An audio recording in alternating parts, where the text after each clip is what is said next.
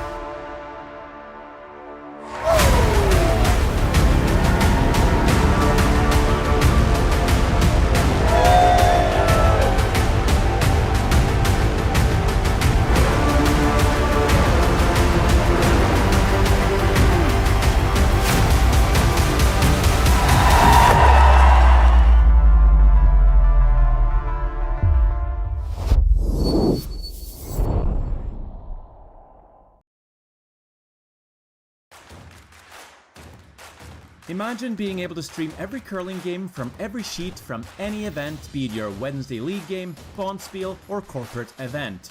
Curling Stadium offers an all-inclusive streaming solution featuring high-quality cameras, ease of use, great reliability, and minimal installation. Offering your sponsors customizable ad space on your streamed curling games and being able to sell video packages to your corporate events for increased revenue. With Curling Stadium, you can stream to any device, be it your mobile phone, tablet, or computer. Push the feed to your desired platform, be it Facebook, YouTube, or any other social media. Curling Stadium is simply the way forward. Where it's commonplace in other sports to televise every game, we want to do the same. Curling is a global sport, and it's time it gets the coverage it needs. Make your curling club the next Curling Stadium. Driftwood Brewery, Esquimalt, crafting world-class beer since 2008.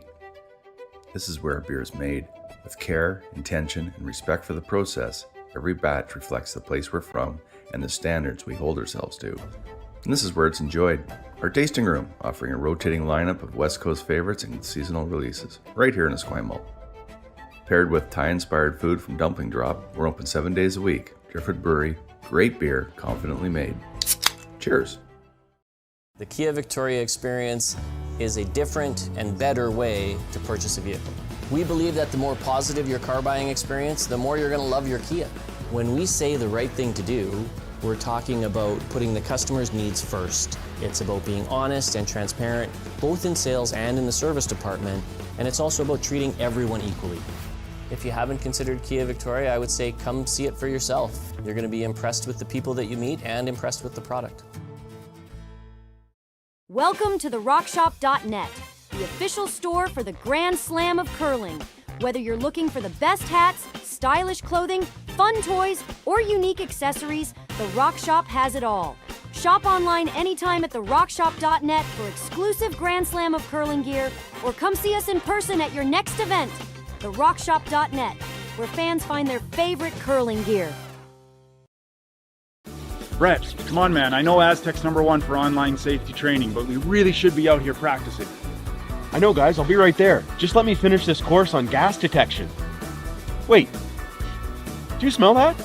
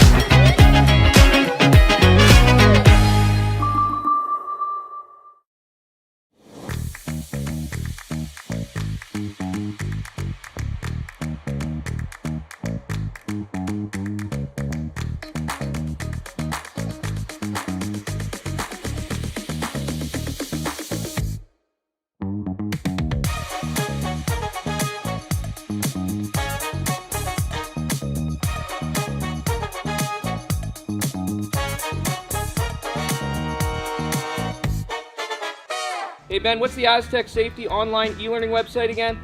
Yeah, that would be aztecsafety.com. Fire extinguisher and firefighting, we'll send that one to Paul. Ah, now here's a course I should probably take. Conflict resolution. Power line safety. Yeah, I thought it might help me with my line calls. Did you know this Aztec website has over 100 safety courses? Jeez. Aztec Safety online course. Ground disturbance. Could have used that a few seconds ago.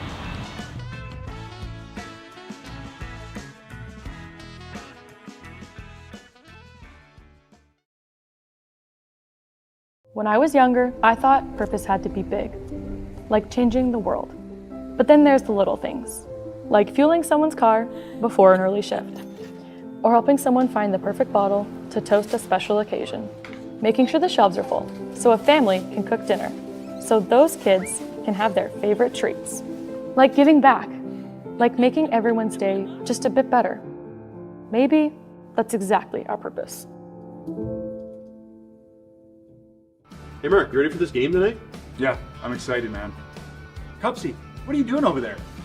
Don't worry, boys.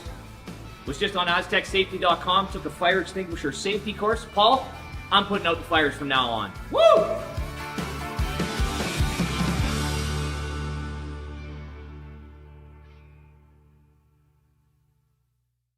Developed over a decade in collaboration with the finest ice makers this side of the Atlantic, the Pebblehead PB5 is nothing short of a triumph of sophistication and craftsmanship. Weighing less than half its lumbering copper predecessors, yet boasting tenfold their durability, the PB5 delivers perfect, consistent ice, time after time.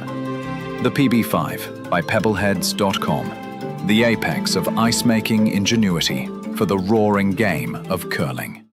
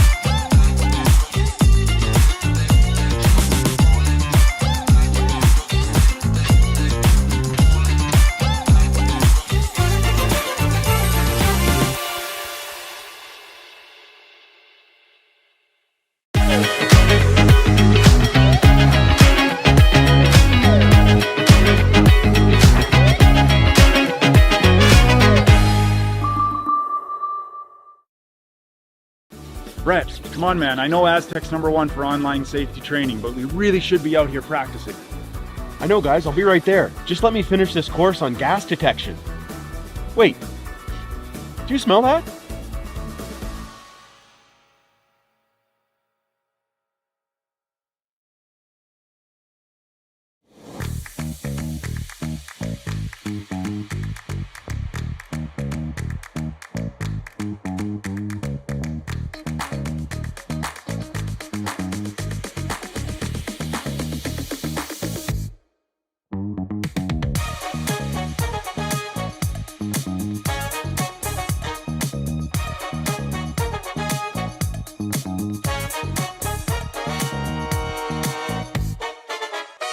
Driftwood Brewery, Esquimalt, crafting world-class beer since 2008. This is where beer is made. With care, intention, and respect for the process, every batch reflects the place we're from and the standards we hold ourselves to. And this is where it's enjoyed. Our tasting room, offering a rotating lineup of West Coast favorites and seasonal releases, right here in Esquimalt. Paired with Thai-inspired food from Dumpling Drop, we're open 7 days a week. Driftwood Brewery, great beer, confidently made. Cheers. Hello, curling fans, and welcome to the Archie Browning Sports Center in Esquimalt, BC. It's the British Columbia Curling Championships right here live on Curling Stadium. We have this matchup between Team Cameron de Jong and Jay Wakefield. Team de Jong out of Victoria, BC. They are 1-0 entering this matchup, and Team Wakefield 2-0. After their first 2 games of round-robin play. Good day to you. My name is Dave Schmel. I'm joined by Alex Duncan Wu, and Rory McCusker is our producer today. It is Team de Jong throwing the Redstones, and we're underway. Alex, how are you doing today? I'm doing very well, Dave. Thank you for the beautiful intro. I'm excited to watch this matchup between the 2 undefeated teams. Both teams having really good tour seasons and hoping to continue their success into provincials this week. And we see the first stone coming right into the ring, so we might see a little bit of a up and down end to get ourselves started here. And we've seen a lot of Team de Jong on Curling Stadium this year thus far, but not so much about Wakefield. Tell us a little bit about their squad. Yeah, the squad's been together at least 2 years now, and yes, they don't play as much as Team de Jong, but they've had quite a bit of success this year. Really good year on the BC tour, making a finals appearance in Golniers, and actually beating Team de Jong in that event to qualify for the finals. So, not a name that many people have heard of, but definitely a really good curling team. I think they're going to put on a good performance today and give Team de Jong a good run for their money. Horvath holds that line. Hit stays right there. We have a long weekend of curling still ahead of us. We started yesterday, and we'll be going all the way through to Sunday. We're going to have every draw of every game right here on Curling Stadium, so keep it right here. And if you haven't subscribed to Curling Zone on YouTube, please do. We have this event and many, many more throughout the year. And you can stay up to date on all your favorite teams in action all throughout the year. So just give us a like there and a subscribe. Doesn't cost you anything. It certainly helps to make it more and more possible for us to bring you curling action all the year long.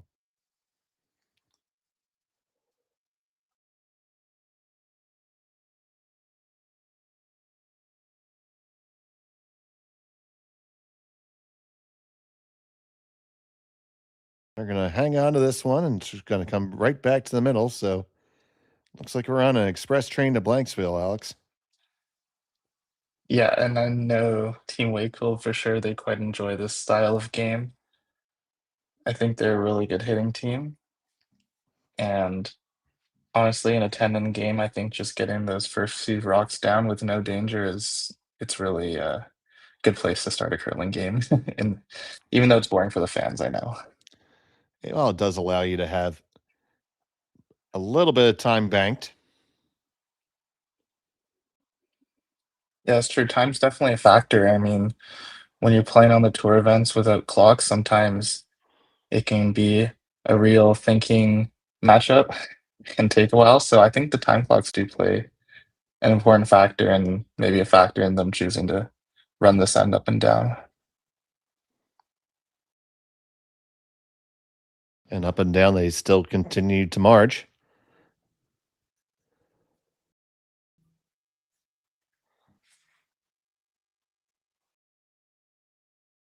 From New Westminster.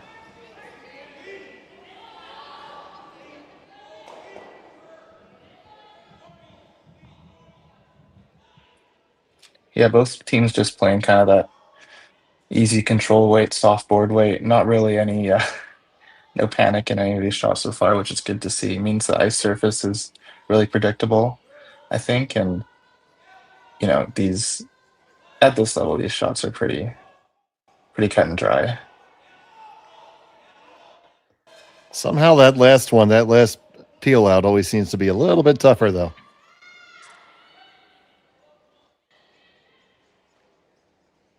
See that team from Victoria. Now, if you're a resident of the U.S., you mainly know Victoria as a mandatory port call on your way to a cruise to Alaska. Same with Vancouver sometimes, too. Well, they'll start from Vancouver and then just do that round trip, yeah. Yeah. But if you're leaving from Seattle, you always go to Victoria.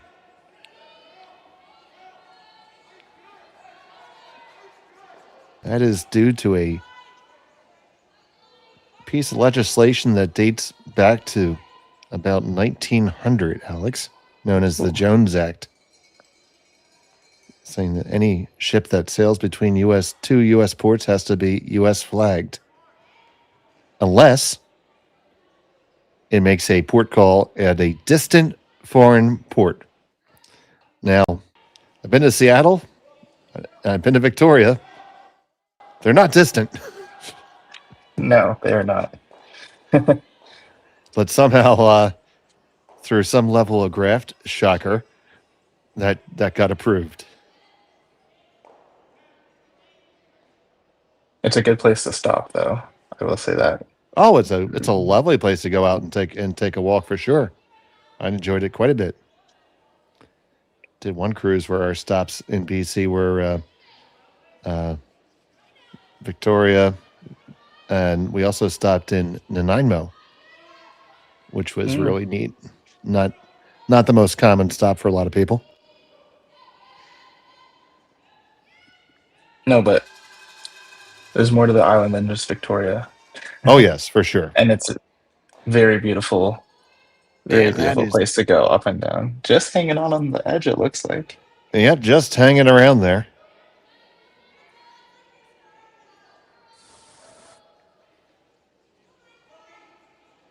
So here.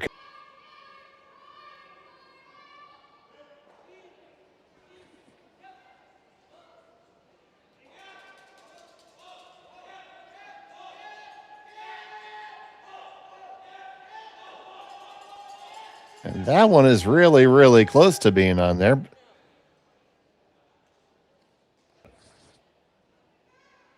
They haven't looked at it yet, so it looks like they're pretty confident. Pretty sure it's off. I would want to be. I would want to be really sure. I think so too. It looks like Jay's confident, though. They're gonna try to.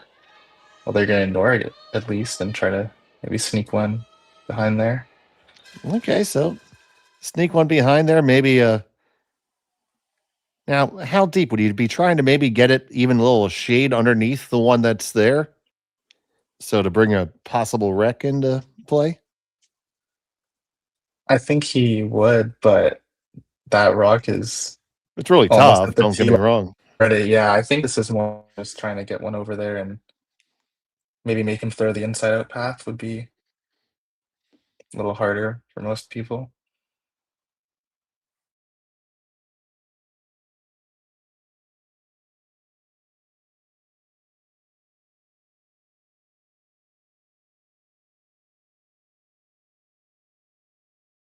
Coming on down for Wakefield here. Trying to get cutesy. This is starting to look downright cute. Will it finish off all the way? Not a bad effort at all. You see that great camera shot there. The redstone clearly out. Yeah, that is a really good effort. You are, if anything, forcing Cam to now throw the inside out path.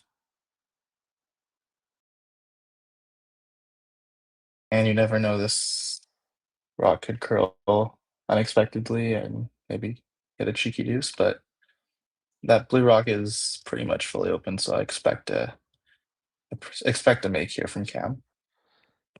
You see there in the back the time clocks. Both teams are afforded 38 minutes for the 10 innings with one timeout each. Of course, that's just a thinking time while the stones are not in motion. Just off and on, there's a heavy clean. Couple little licks at the end. Make contact. Slide on over to the back 8. And now the blank attempt will be underway.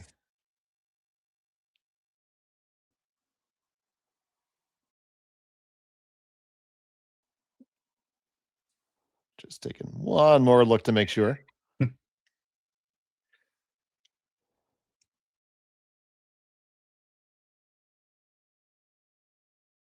So here's Jay Wakefield.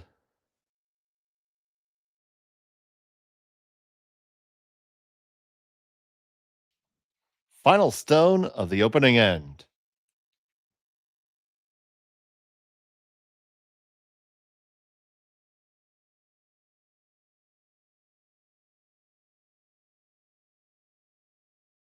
Makes a hit. Will it get all the way out? Yes, it will. The blank is in the books. Wakefield will hold on to that hammer. They're going to take a quick look at it and say, yeah, it doesn't matter. We'll be back with you in just a moment from BC.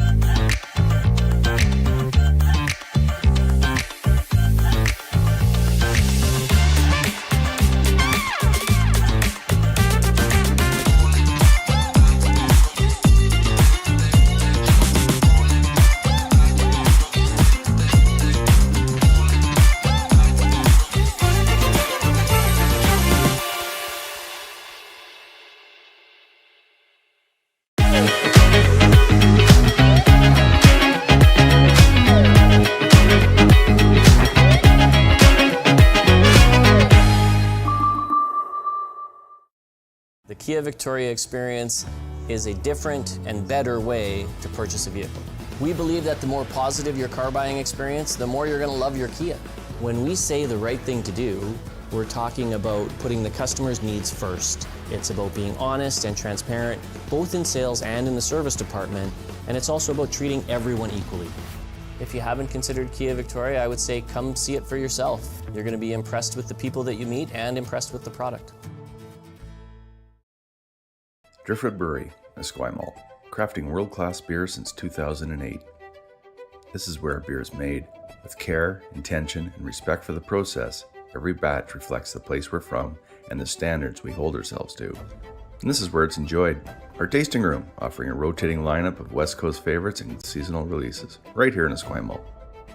Paired with Thai-inspired food from Dumpling Drop, we're open 7 days a week. Driftwood Brewery, great beer, confidently made. Cheers.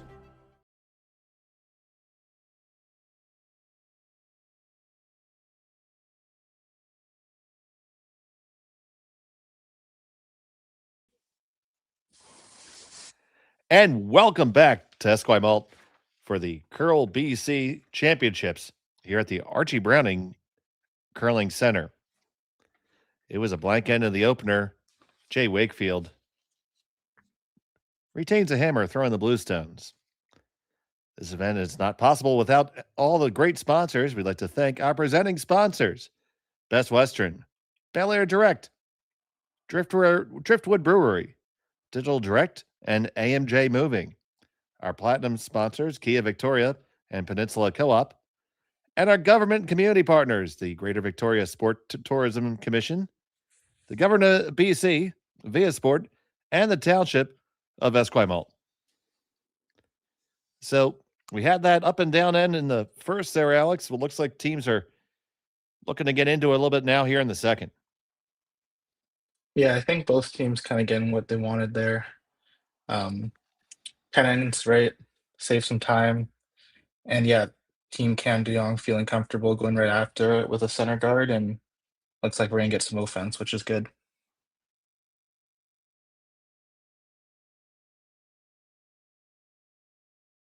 So game on. Here we go.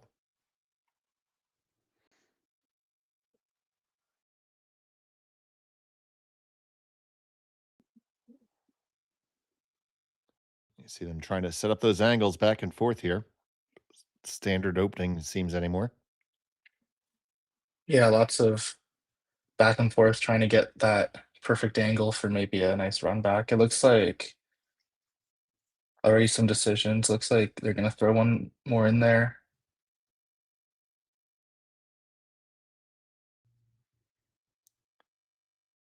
So here's Alex Horvath.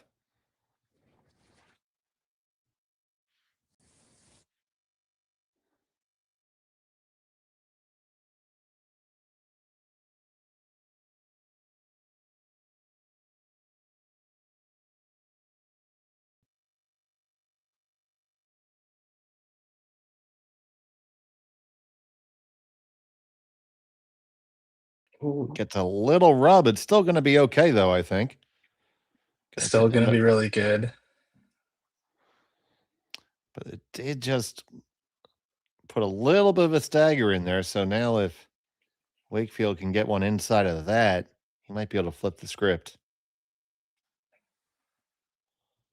A really nice sweep by Corey Chester there to hold it all the way.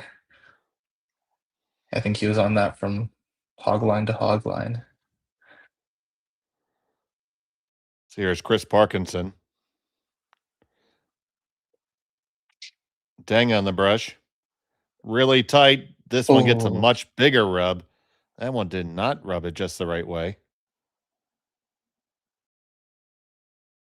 They stay with it, get a little bit of a finish. They might be able to use it later. They do lie to at the moment. Yeah, one thing I noticed watching both teams practice is they seem to be taking a bit more ice coming off the wall. We are on sheet E, I believe, which is one of the wall sheets. So something to note, as we've seen 2 rocks in a row there just kind of curl hard off the wall. So they're going to take this one on with bumper weight.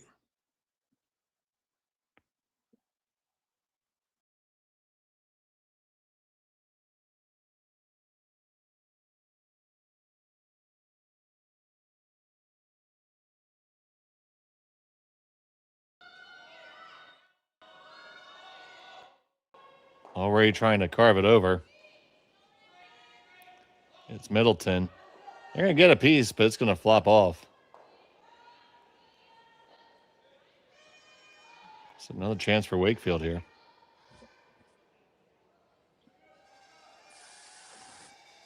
Yeah, still yeah, are you in love with that hit and roll? I don't mind it. I mean, it's still early, so I don't expect these teams to be really trying to push hard for any deuces, trying to create too much danger.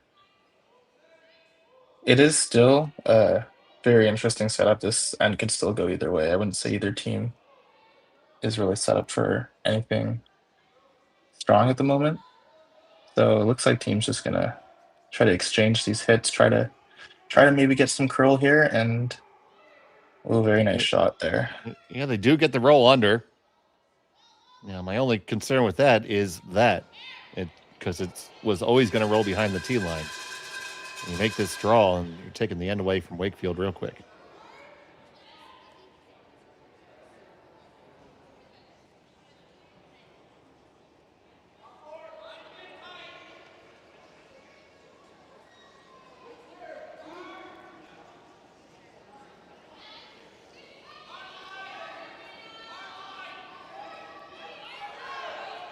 Sterling and Corey there looks like having a little discussion on the weight. I thought they were going to talk about how they were going to stir their raffle tickets up. You can go to curlbc.ca/5050 raffle to get yours. Well, they are on this from coast to coast, so you're going to have to really drag this one hard to get all the way there, and it's going to be significantly short.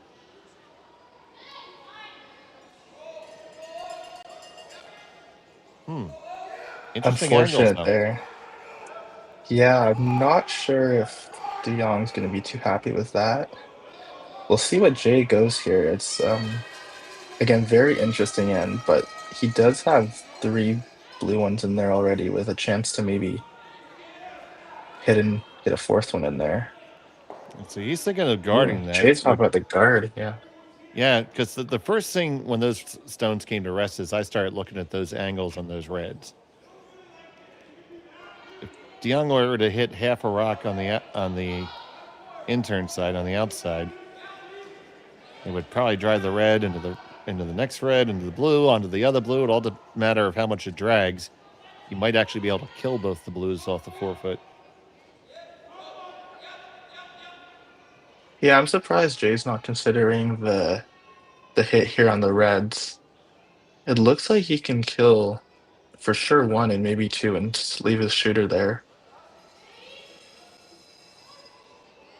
On the other side, though, those reds are protecting their 2 shot stones there in the 4-foot, so maybe opting to just leave those there and let Team De Jong try to deal with those.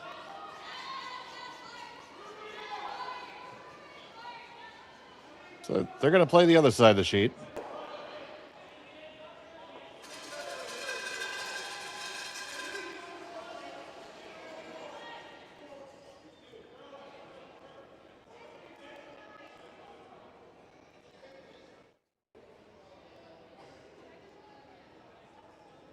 Well, that guards, well, not a whole lot.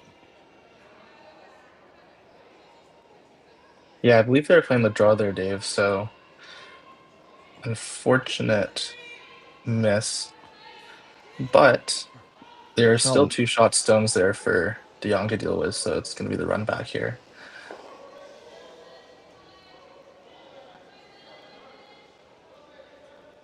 Sterling Middleton.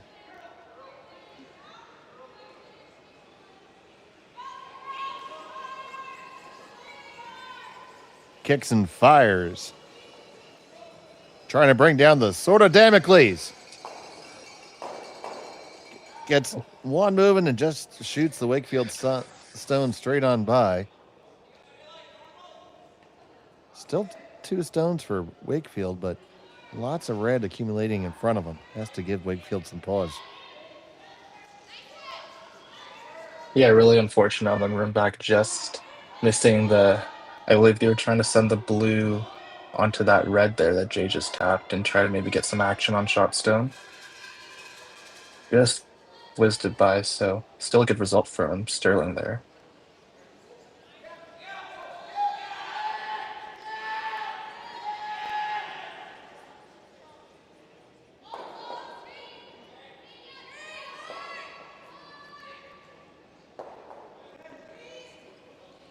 McGrady. Dang is getting his licks in today. And that one just zings by.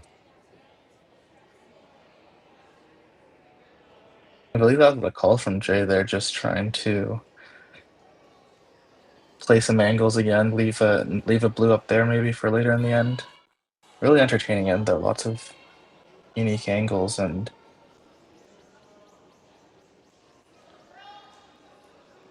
So what do you think is the best shot in the sheet right now?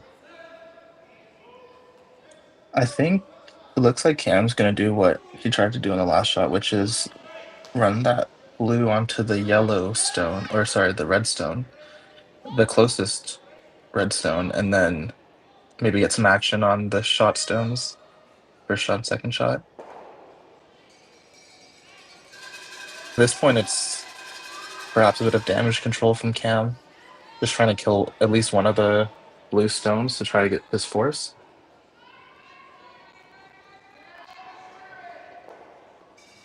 Takes just a skosh less ice.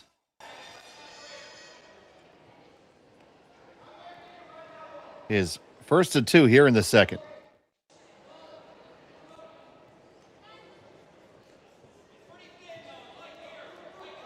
Trying to walk it over. Gets action on him, moves him. And changes the complexion very much. It's 1 stone in there for Wakefield, surrounded by a cadre of reds. Very good shot from Cam. I think exactly what he was looking for. Still some opportunity here for Team Wakefield, though. If Jay can make a nice draw in set 2 again, it's going to force Cam to make another nice shot to try to get his force. So really back and forth and really entertaining. We'll see what Jay can cook up here. Try to get one in the 4-foot set 2. Right where Daniel's broom is, I think, is a perfect spot.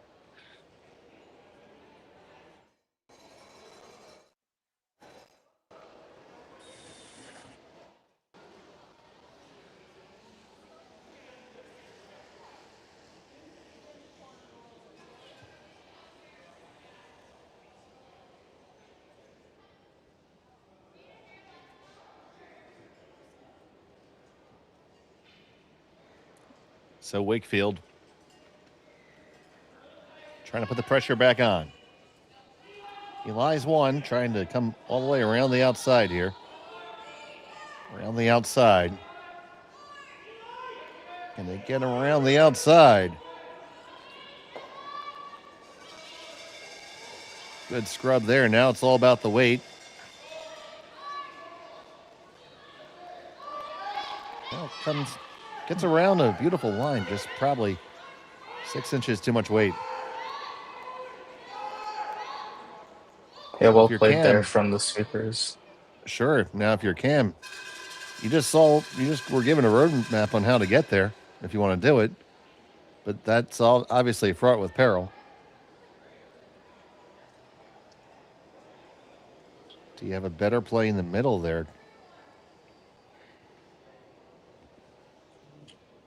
So I think he's looking at these 2 reds. Seeing if they're lined up. Yeah.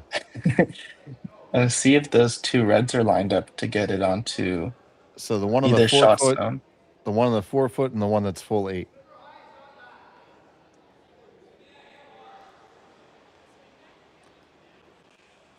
Now you had to go through that stagger there to get there. I think Sterling's maybe talking. You could do it that way, sure. Yeah, run the red in there. My only problem with that is it's gonna leave a shot back to move it, but it's certainly the easier way to make the shot you're looking to throw.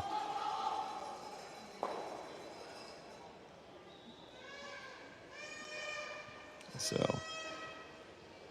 you could also be trying to just play the straight run back and just nut it right there.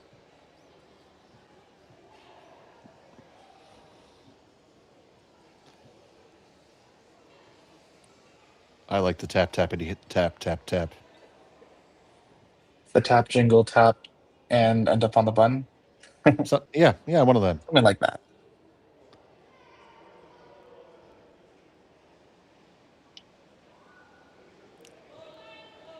So Jong,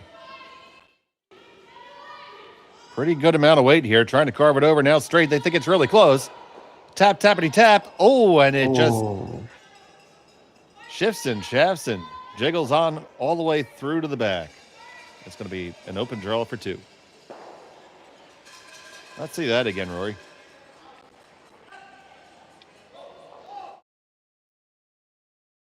Take us through it. Line here, just got Alex curling it, straighten it out. I think they were thinking that those 2 reds were going to drag over a bit more and try to get it onto the left blue stone as we see it, but it ended up missing that stone and actually hit the other stone and rolled out.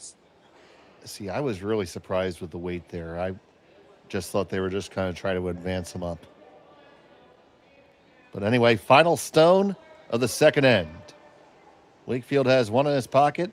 Needs full 8 for a 2. They're going to have to brush this one hard to get there.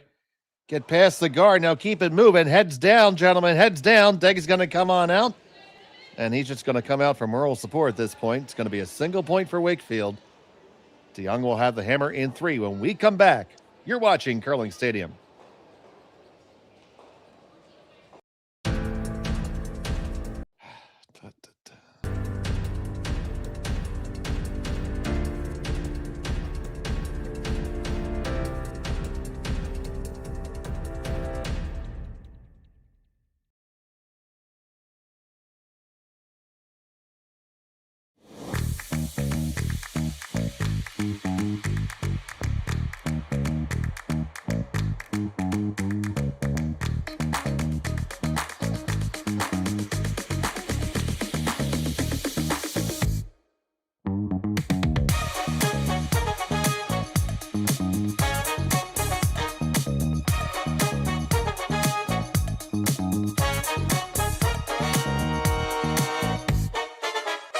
Welcome to the RockShop.net, the official store for the Grand Slam of curling.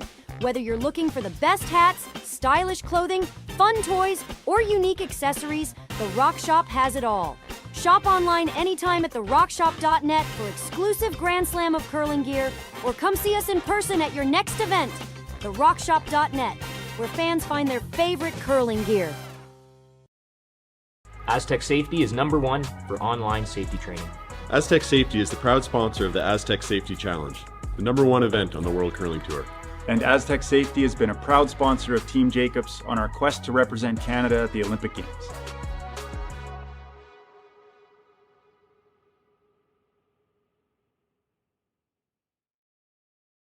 Involved to get in with this strategy, right? And welcome back to Esquimalt. It's the BC Curling Championships. Single point went on the board for Jay Wakefield. Had a chance to get his 2 there in the second, Alex. Yeah, really lots of interesting angles and strategical decisions to consider in that end. I think both teams played it well, and I think that end really could have gone 50-50. I think Cam's last shot there was maybe just a couple inches from having a really good result. At the end, letting Jay off the hook a bit, giving him a draw for 2, unfortunately just coming up a bit light there. Well, it's early dibs in the Christmas list there. So you see that long guard is not on the center line, so it's not protected by the no tick rule. Lets you be a little bit more aggressive digging this out.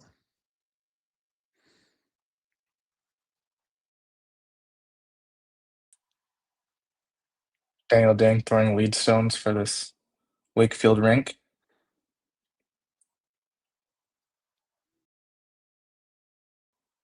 And they are past the guard, and they're going to bury underneath of it very nicely.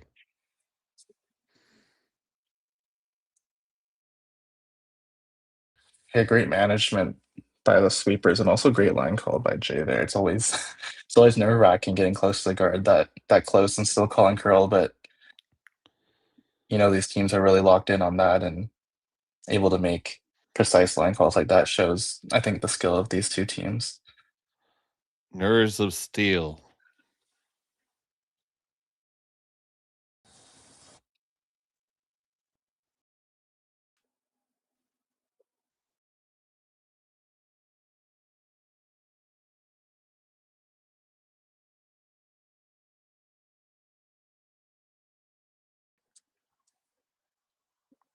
Two nice stones there.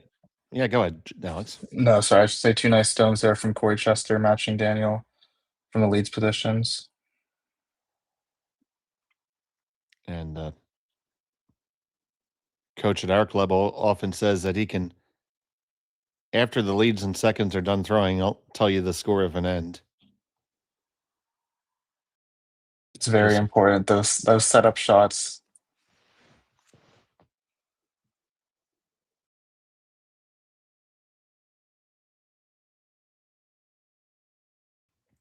Now, see, that had a beautiful line, but it really needed another 2 feet of weight, right?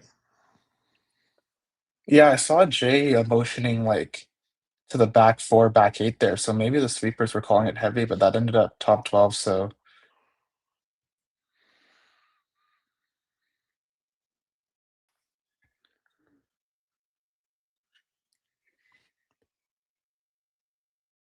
still a good setup though from both teams. I mean, those angles from Jay are pretty good from Team Wakefield. Alex gonna try and play this hidden roll. It looks like sit two early in the end.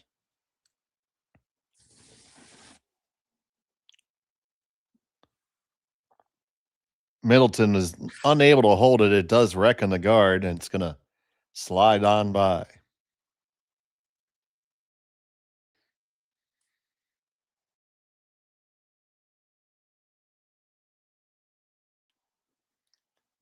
Still some nice blues up there for Jay. It's another good setup so far. Lots of ice here. And looking at pregame practice, these teams were only taking 3 to 4 feet of ice for the draw of the button. Looks like there's, if anything, more curl now, and they're out into the 12 foot with their ice. So really great ice conditions at the Archie Browning Sports Center in Esquimalt. I think that's really good for these players to be able to bring out the best of their skills. I think more than anything else, it's, of course, we want to have a lot of curl, a lot of finish, good speed. But if nothing else, we want it to be consistent. Absolutely. Consistent ice is what allows these curlers to play their best. Not that these curlers can't play well on other ice conditions, but when you know that speed and that amount of curl, even if it's 13.5, 14.5, doesn't matter what that speed is, but if the players can lock in on that speed and know that it's going to be close, that creates, I think, the best opportunity for good shots and well played games.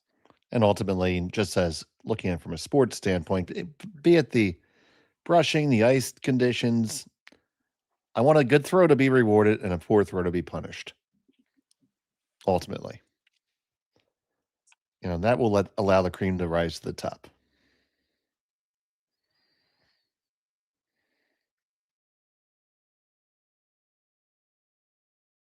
So now we see Jay's just going to throw the halfway guard here.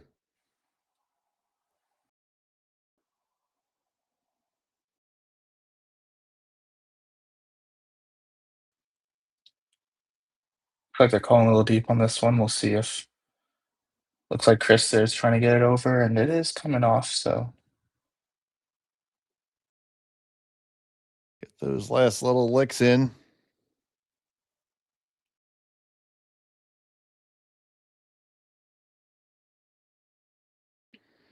just a bit off the center line, but I think it'll do. At this point in the game, it's still early. Team Beyond not really needing to go hard for their deuce at this point. Just trying to make sure that there's maybe no big steals in play and just making sure Middleton the looking middle. for the triple. He gets just the single one over the top. Will that one get up over the edge? No, it won't. Just hit a little bit too full there. That's still well played. It removes a couple bluestones from the middle. Jay kind of switching gears now. You could guard this again, but that red is half open on the right-hand side as we see it from the overhead. So opting to try to remove that second shot stone with a short run back here from Matt McCready.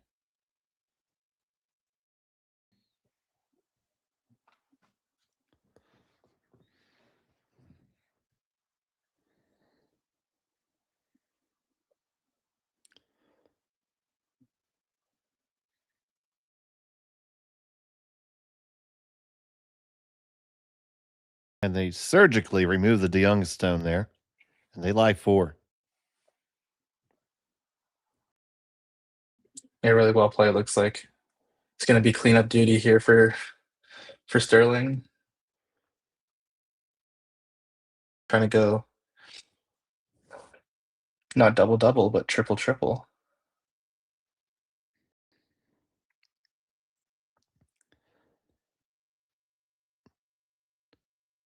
Gets 1, 2, just over the Oh. top of the third one. Great effort by Middleton.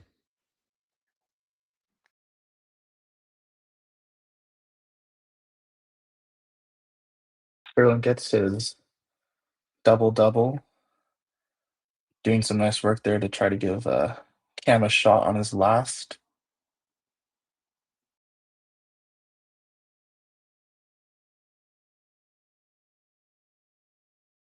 Really, Team Wakefield in control this end, though, and Jay's going to have an opportunity to guard that shot stone and make it really hard for Cam to score here without a nice run back from him.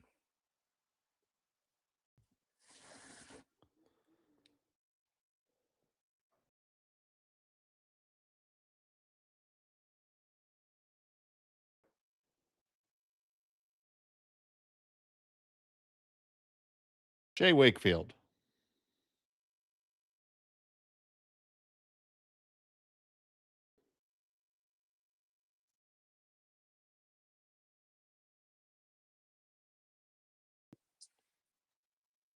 This one's hanging a bit as well, just like Matt's last guard. Chris Parkinson really trying hard to get it over there. Does not get to the rings. Do you take on the flat double there? Or do you try to... I mean, the flat double's an option. I think Cam, with that guard just under curling, I think Cam thinks he can get under with the soft hack weight, maybe a backline weight. Maybe go for a cheeky skips deuce that way. I like this call from Cam. The double is definitely there if he needed it, but it would be really tough and he'd have to throw it awfully hard. Whereas this shot gives the sweeper some ability to help him manage it and try to get that last finish to try to get under the center guard with like hack weight. So first of 2 for Cam DeYoung.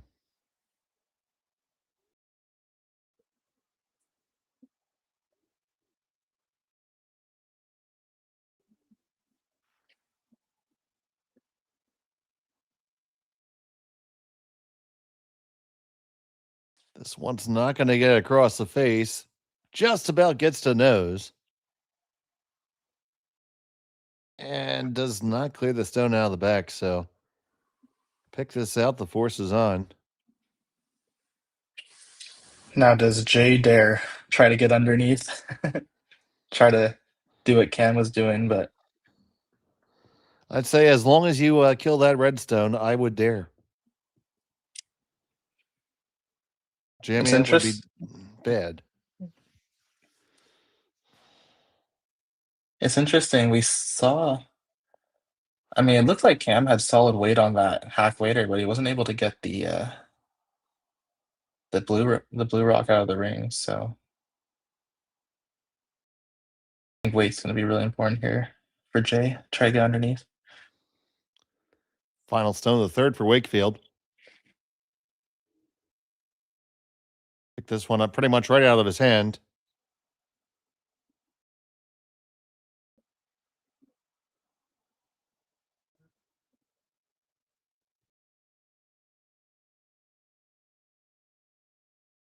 And it's going to be just a hit and stick for a single point. Yeah, nice shot there by Jay, not trying to be too cute with it. I think he's really happy with his force here in the third end. Take the hammer back for the fourth, and really well played to convert that force all the way through the end.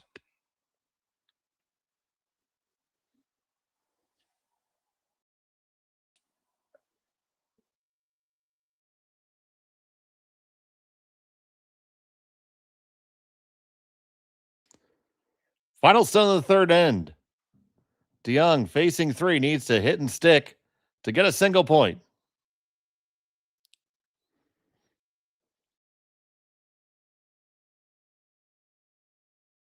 Just a heavy clean, usually a great sign. And the skip gets the single. We're all tied up at 1. Fourth end action coming up after this on Curling Stadium.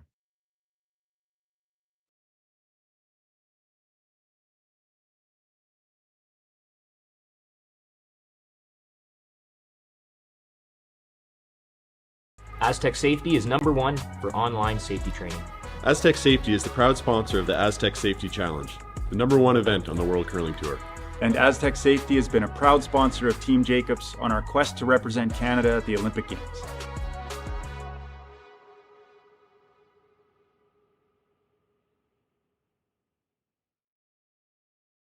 Driftwood Brewery, Esquimalt, crafting world-class beer since 2008. This is where beer is made. With care, intention, and respect for the process, every batch reflects the place we're from and the standards we hold ourselves to. And this is where it's enjoyed. Our tasting room, offering a rotating lineup of West Coast favorites and seasonal releases, right here in Esquimalt. Paired with Thai-inspired food from Dumpling Drop, we're open 7 days a week. Driftwood Brewery, great beer, confidently made. Cheers.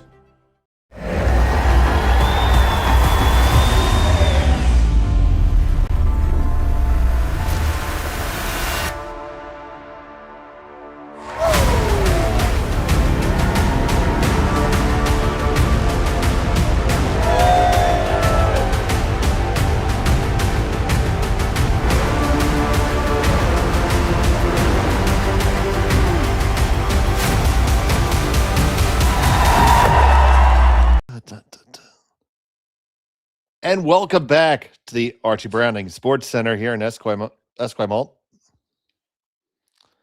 All tied up here between Cameron DeYoung and Jay Wakefield. 1 stone apiece. Wakefield has the hammer, throwing the blue stones here in end number 4.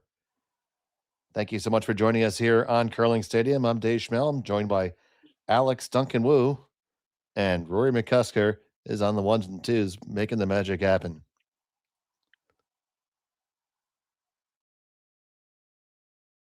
Well played game so far.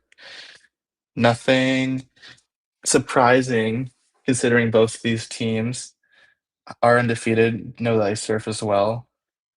It's going to be, I believe, a close match all the way through. Yeah, DeYoung got their opening win by a score of 8-3 over Wood in their first matchup.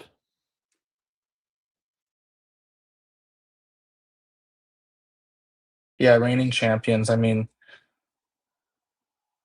this team definitely being one of the favorites, being the defending champions, lots of expectations. But again, all these teams are extremely competitive, especially Wakefield, having beat them in their only matchup this year. So, anyone's game.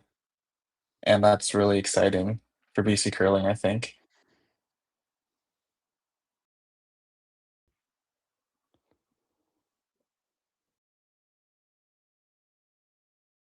Of course, the winner of this event will go to the Montana's Briar.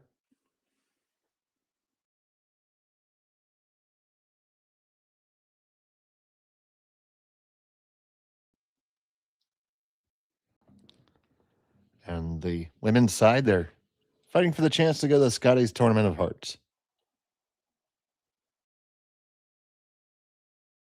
Yeah, really exciting. Briar and Newfoundland this year.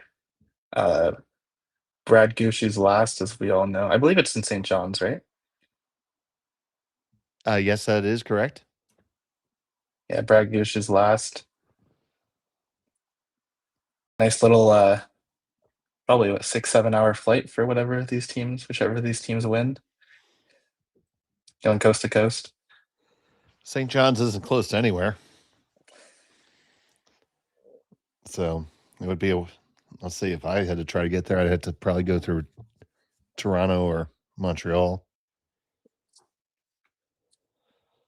Yeah, definitely no direct flights from the West Coast. Probably, Toronto. And the wonderful, magical marvel that is Lester Pearson International Airport.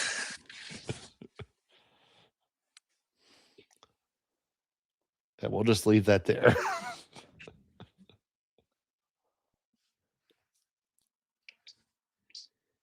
Just a little wide on the last one from Alex Horvath, fellow Alex.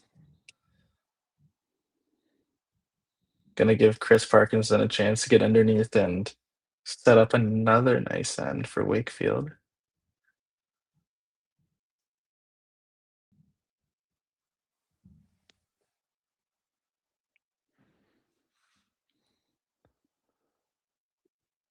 Push the DeYoung stone through. Still DeYoung sitting shot stone.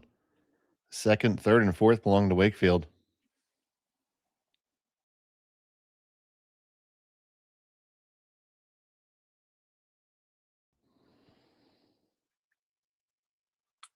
Looks like we're gonna keep playing the hit and roll game.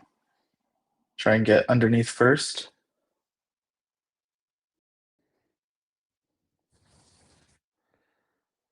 And now Milton on the carve.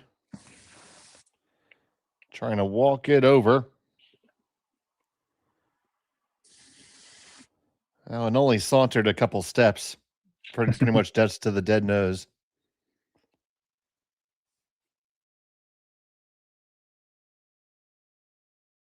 Yeah, when you throw 3 or 4 hits in a row down the same path, it almost feels harder to get underneath after each throw because the ice gets to that little bit straighter every time. A little straighter, a little keener, a little faster. Yeah. That's why I think it's one of the most important things for a front end player. Your best front ends don't just sit there and wait for the skip or third to come back and throw. They're talking about saying, where's it going to go? Have we been here before? What was the time? What was the speed? So you have all those things that you're having that conversation. You're not surprised. Little Take another replay look at this action one. here. Yep.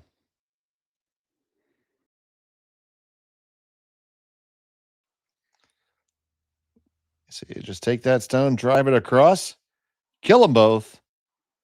Yeah. At least severely wound one of them. Far enough, far enough. It's still sitting second back there, but wide open now. Not going to ask Sterling Milton to draw around the outside here.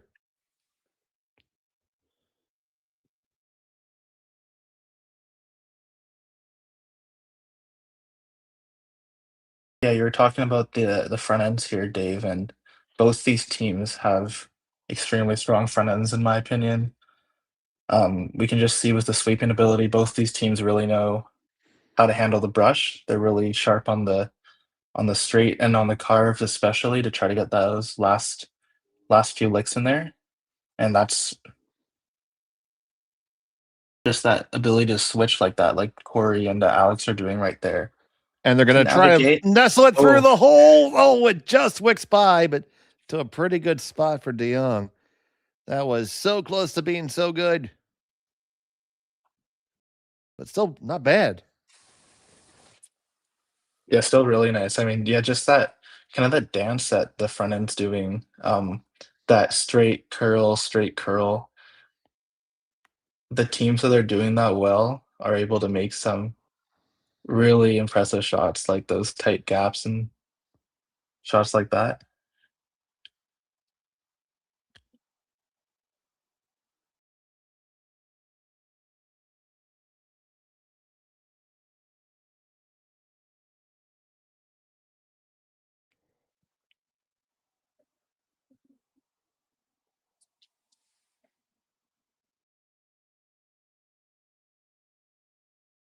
I think this one's a little bit hot. They don't even want to touch it.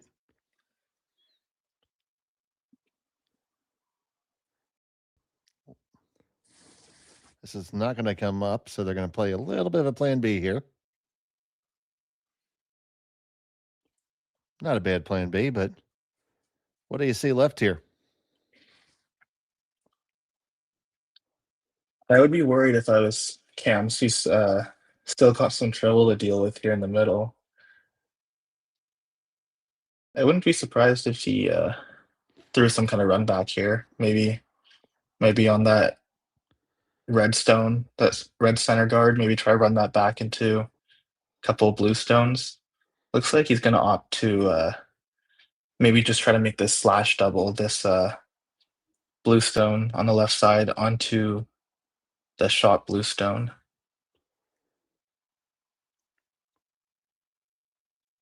Sterling can throw it hard, so we'll see what he can do here. Oh, I'm not throwing it too hard. So it's Middleton at a medium pace.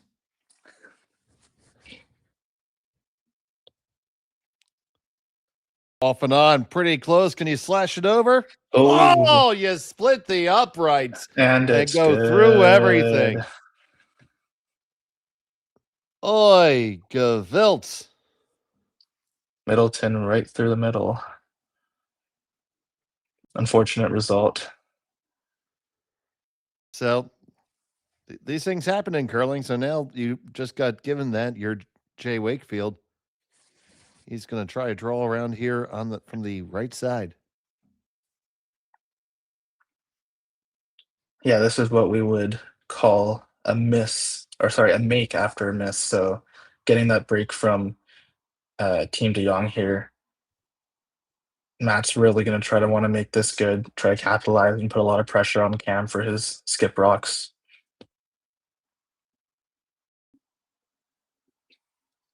You see them having a good long conversation because they haven't thrown a draw out here in quite a bit.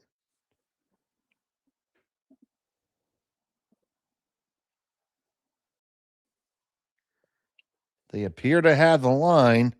Now just trying to get the weight just perfect. Get a little tap on yours. Okay, so they lie 3.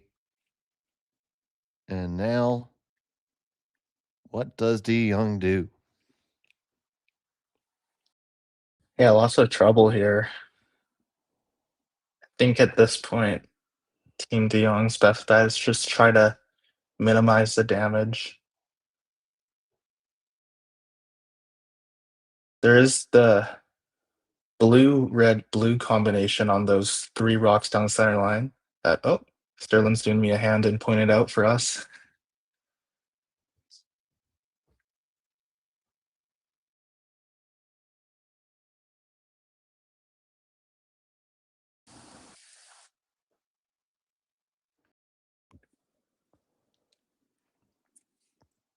I think in a perfect world, you could probably throw that that blue, red, blue on the center line or just on the right side of the center line as we see it. That Cam's looking up.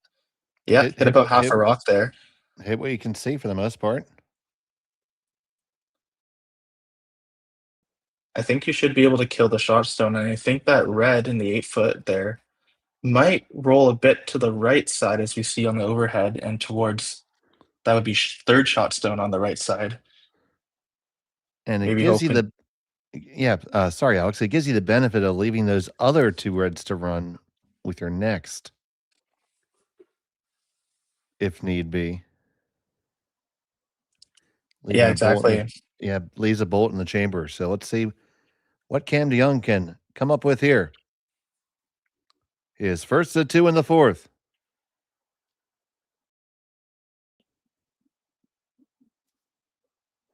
Got to get past it, hit it, move up. And after all that, really close to being shot rock. Oh, that's 50-50 there, but extremely good result. What a great result. Let's throw a quarter in that replay machine.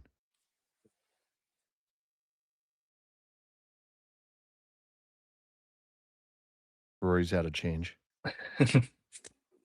Inflation's hit us. Now $1.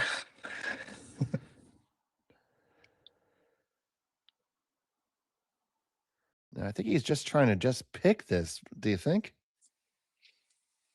Yeah, I think Jake thinks you can probably hit about half a rock and get that red rock through the hole and out, and maybe even stick your shooter to lie 3. It'd be a pretty precise shot, but it looks there from this angle. Yeah, holding on to that shooter, that would be a bonus. Because right now, if you don't throw, Cam just hits what he just did through again. And that's going to go for a double all day and twice on Wednesdays.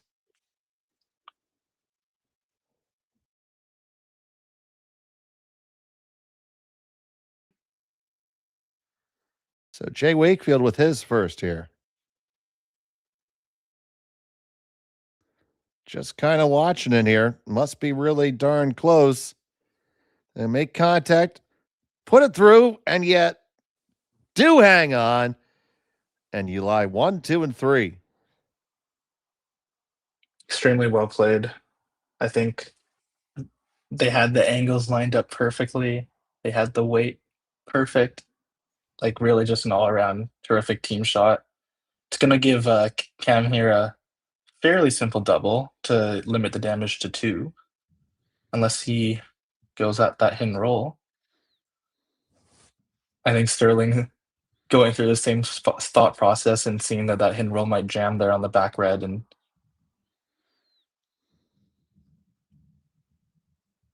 I think I'd just go for this double here on those close to blue rocks on the right side and call it a day. I think you might have to, right? Just kind of limit the damage.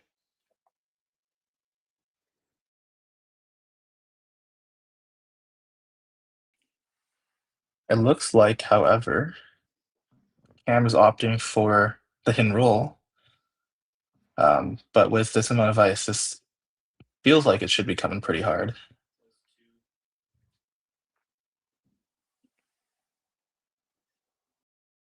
Maybe trying to nestle this shooter up next to the second shot stone on the other side of the house. Cam DeYoung, his final of the 4th.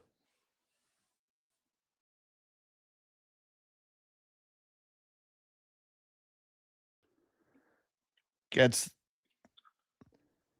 across the house. Eli shot, but 2, 3, and 4.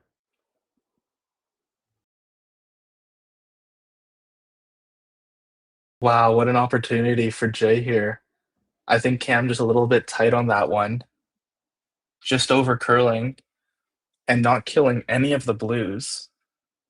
Gonna give Jay here a nice hack leader for a big score of 4 here in the 4th end. One of those things you just had to stop just a skosh before. But now an opportunity. And an offer that Jay cannot refuse.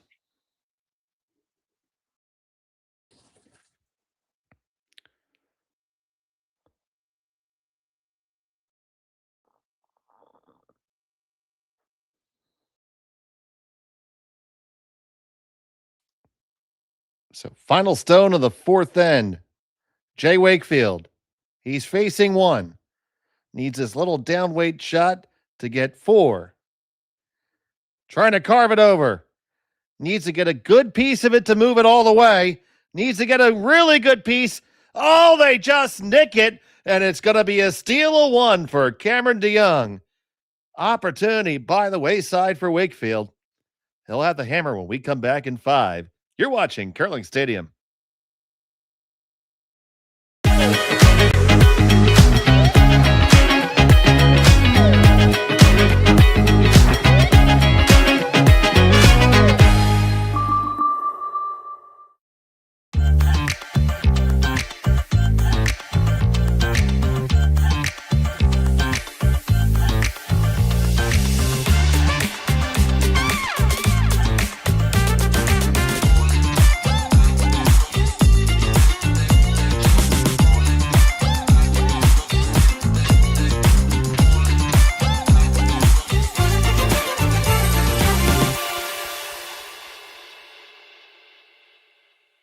When I was younger, I thought purpose had to be big, like changing the world.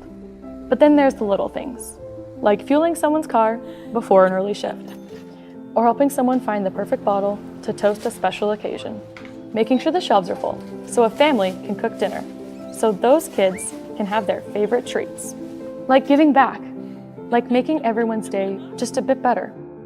Maybe that's exactly our purpose. Developed over a decade in collaboration with the finest ice makers this side of the Atlantic, the Pebblehead PB5 is nothing short of a triumph of sophistication and craftsmanship.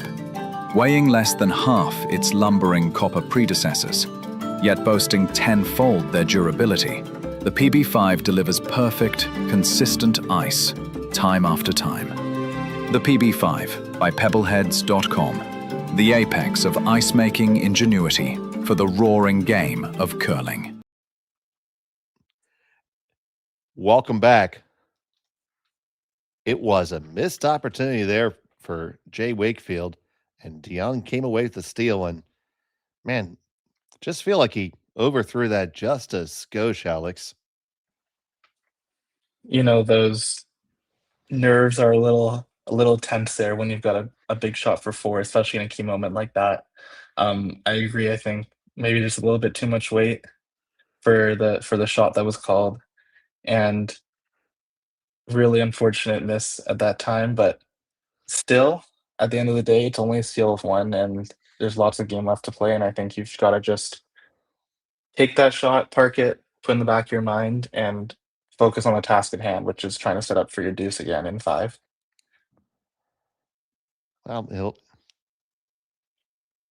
certainly going to have an opportunity to do that here. And let us take this opportunity to thank our great sponsors of this event, our presenting sponsors.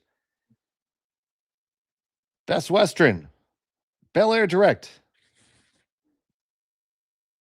Driftwood Brewery, where you can get that fat tug, Digital Direct, and AMJ Moving.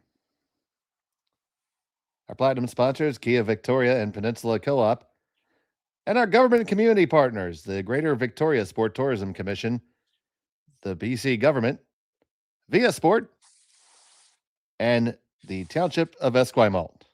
And you can be a part of the fun. Go to curlbc.ca/5050 and get yourself one of our raffle tickets. Right now, the jackpot's over $1,200. Still have one more draw for it to accumulate. It went to like 2,500 last night, Alex. Good chunk of change. Cha-ching, ching, get the bling, bling.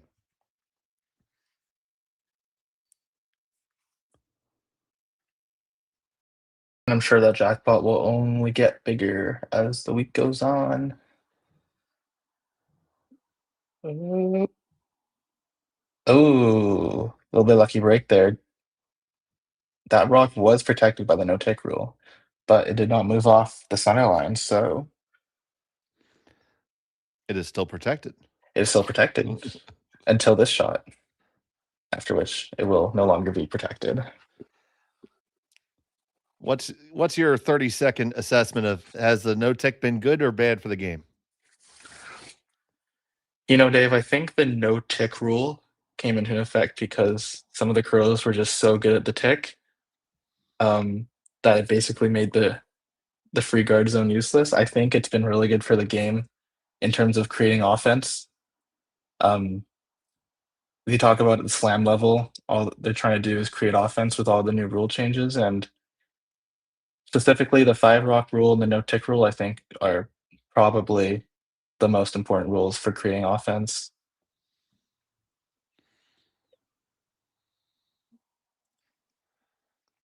I think the next evolution that we see is some sort of reversion to maybe the Moncton rule and make that be 5 stones.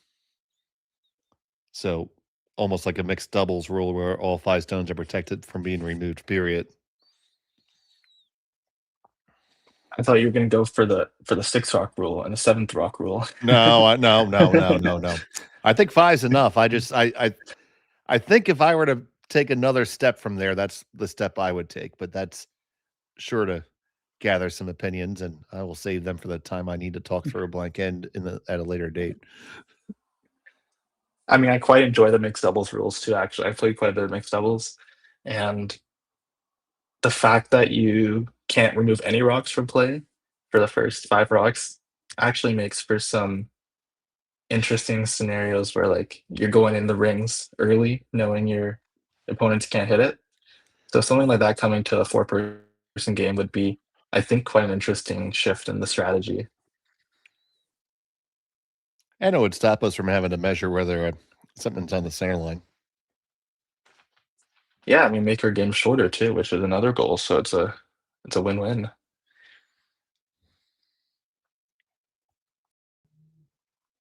Trying to walk that guard over there. We have seen a few guards under curl, I believe, in this spot on the on the intern side as they're throwing, or I guess it'd be the clockwise turn. All these 8 players are right-handed, but don't want to upset any left-handers that are out there watching. Lefties claim to have rights.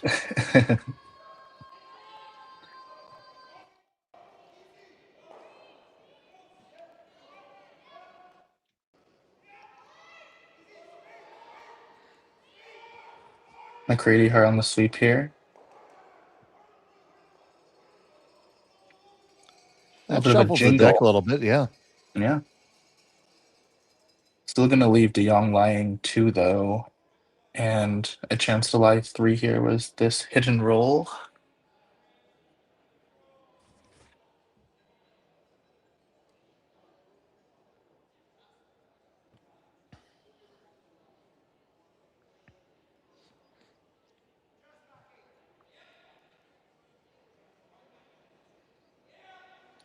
So the first from Middleton here.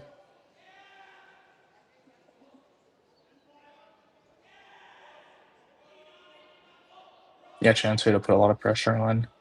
Lie 2 buried, and very nice. They hit the little roll underneath. They do lie 1, 2, and 3. Opportunity. Yeah, to maybe make a play on their own blue. Yeah, they're gonna try to play the short run back on the blue stone through the port. I like the weight choice here. It's looks to be about a control, maybe a heavy board weight. And I think the goal of that is to try to make sure both of these rocks, the shooter and the stone that's run back, stick in the rings.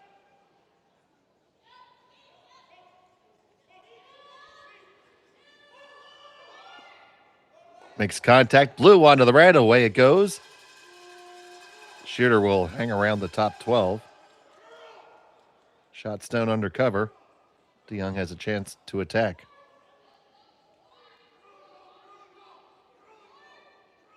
Yeah, Cam's gonna ask how much of that stone you can see. The double's another option too. Hidden roller, flat Take a double. look at it. Yeah.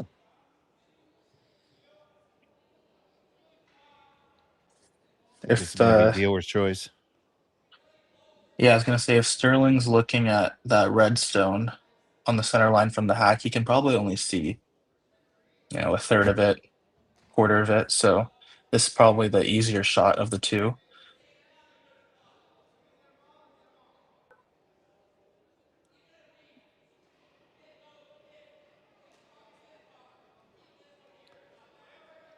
On the way for Middleton. Going to catch it too full. They're going to move it. Kick themselves underneath. Did play the angles a little bit. Not too bad of an outcome. I think it's a pretty good outcome. I mean, he threw that awfully hard, and I don't think the double was there even if he hit it a little bit thicker. It's going to force a very hard shot, but a makeable shot here for Matt. A little hack waiter back line and try to dig out the shot stone.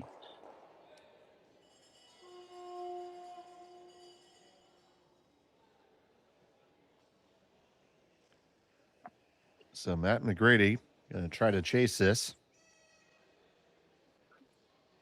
Dig it out.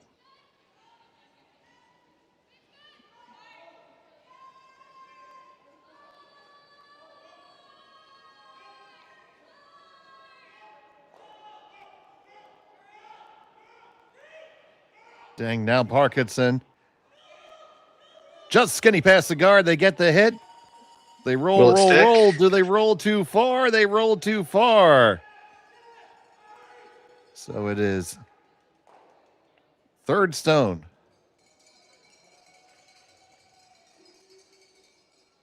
Yeah, it looks like I think the weight there was just a little bit heavy. I saw Daniel indicate it right out of the hand, but Jay did the best he could with that to try to hit as much of it as he could. Unfortunately, just that 2 pounds heavy to roll too far.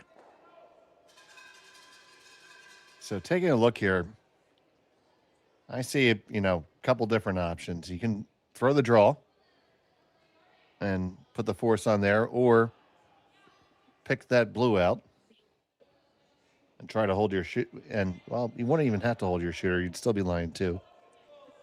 Yeah, exactly, Dave. And the draw isn't super easy. You'd have to go wide around that red stone on the left, the red guard on the left-hand side as we see it. You don't think you make it through the middle? Ooh, through the middle. You could. You'd have to watch out for those two reds though. Or that You got to look both ways before you cross the street, Cross too. the There's street, always something to watch exactly. for. I think at this level, this half rock pick is a pretty makeable shot, and it will leave a pretty good result for Team De Jong. So I'm not surprised by this choice of shot. So De Jong looking to pick this blueberry out. Said I ordered a cranberry muffin, not a blueberry one.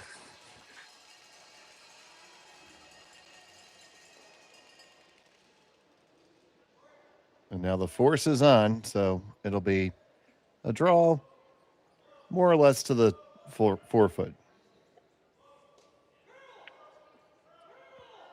Yeah, Jay's got an opportunity here to maybe try to create a skips deuce. Try to wrap one right around to the 4 foot.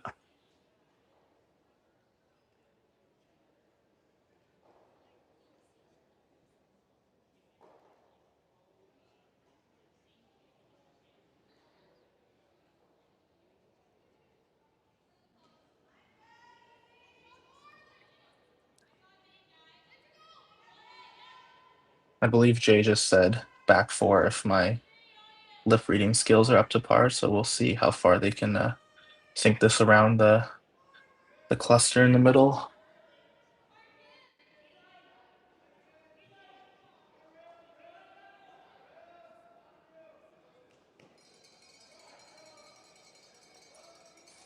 First to 2 for Wakefield. And they do sink it around. What a great draw there. Extremely well managed by the sweepers. I mean, their weight judgment is perfect. They managed to over curl that rock in the 8 foot, which is extremely impressive, and still be splitting the tee line. It's decision time for Cam, yeah. Right. I mean, I think you almost have to look at that draw now. Or can you think he can dig it out? From Yeah, the I mean, intern? I think he probably can. We saw that half waiter by Matt McCready through the hole, and he seemed to be a little bit up weight, but it still got pretty good curls. So I think if Cam can throw, back line here, I think it should be pretty good to move it, at least to sit 2. That appears to be the call. Now we're going to have a mound visit by the team. They have 5 mound visits remaining.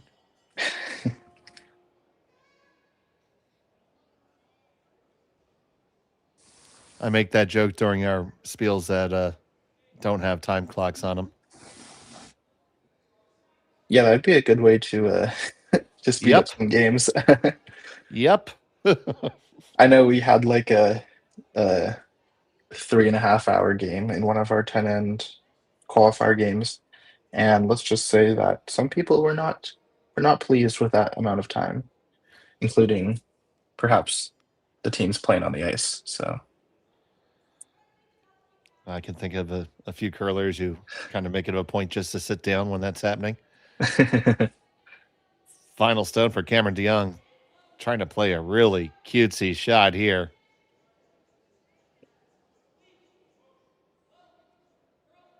They're back and forth on it now on the curl side. Have to be really tight to the guard. Yes, you are. Tight to the second one. Get enough of it? No, it's not enough of it. Oh. So he gave it his level best, but it wasn't enough. And Wakefield will have a shot for 2. Yeah, once again, really close. Again, I think just that 2 to 4 feet of extra weight there is just enough to keep the rock straight enough from not making that shot. That was probably maybe a hack to board weight when he needed back line, back 12. Final stone of the fifth end. He's got one in his pocket, looking for one more.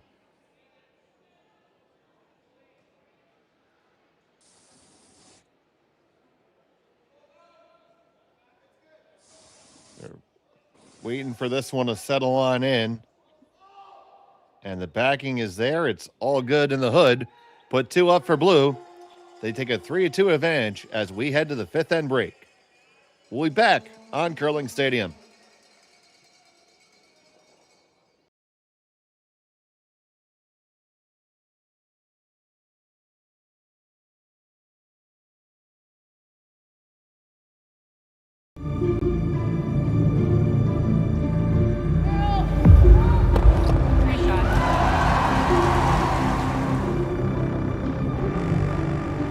Yes, yes. Curl in.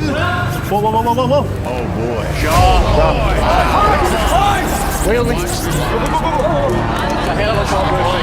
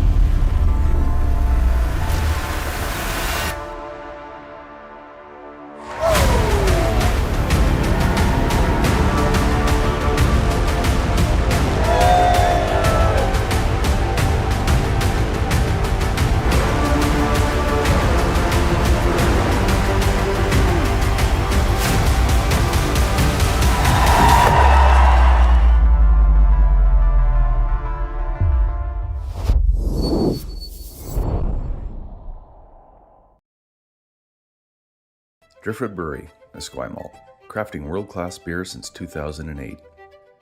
This is where beer is made. With care, intention, and respect for the process, every batch reflects the place we're from and the standards we hold ourselves to. And this is where it's enjoyed. Our tasting room, offering a rotating lineup of West Coast favorites and seasonal releases, right here in Esquimalt. Paired with Thai-inspired food from Dumpling Drop, we're open 7 days a week. Driftwood Brewery, great beer, confidently made. Cheers.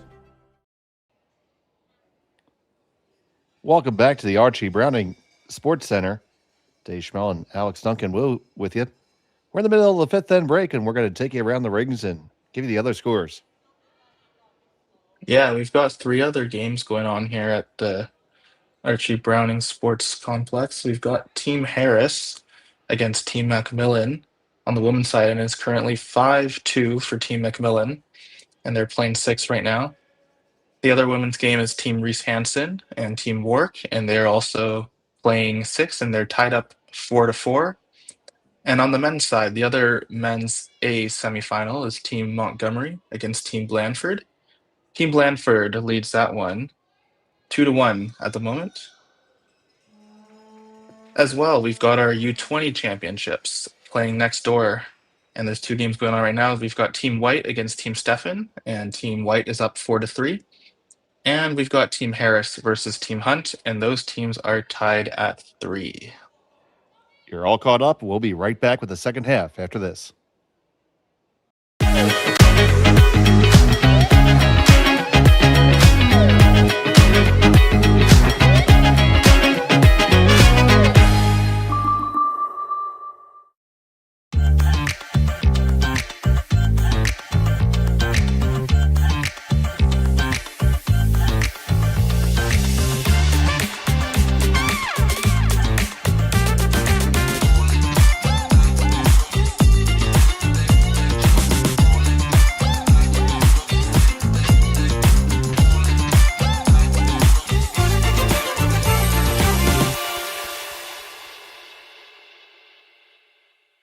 Hey Ben, what's the Aztec Safety online e-learning website again?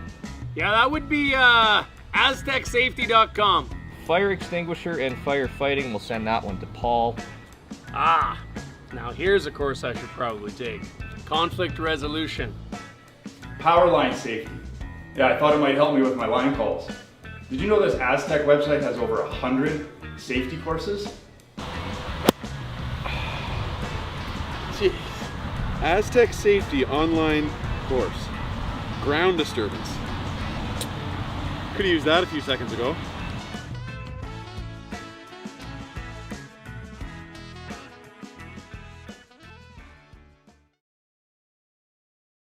When I was younger, I thought purpose had to be big, like changing the world. But then there's the little things, like fueling someone's car before an early shift, or helping someone find the perfect bottle to toast a special occasion, making sure the shelves are full so a family can cook dinner, so those kids can have their favorite treats. Like giving back, like making everyone's day just a bit better. Maybe that's exactly our purpose.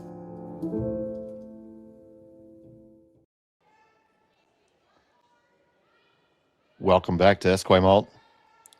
It's the British Columbia Curling Championships here on Curling Stadium and the Stadium Sports Network. It was a 2-point score for Jay Wakefield in the fifth end, in an end where both teams had some opportunities, and it was a series of good shots by Wakefield, and one that was so close to being perfect by De Jong, but came up just a little bit too narrow. Gave Wakefield an opportunity to draw for two. So Wakefield draws the action into the rings. Corner guard is on its way up. So happy to have you here with us on Curling Stadium. I'm Dave Schmel, joined by Alex Duncan Wu. Rory McCusker is our producer.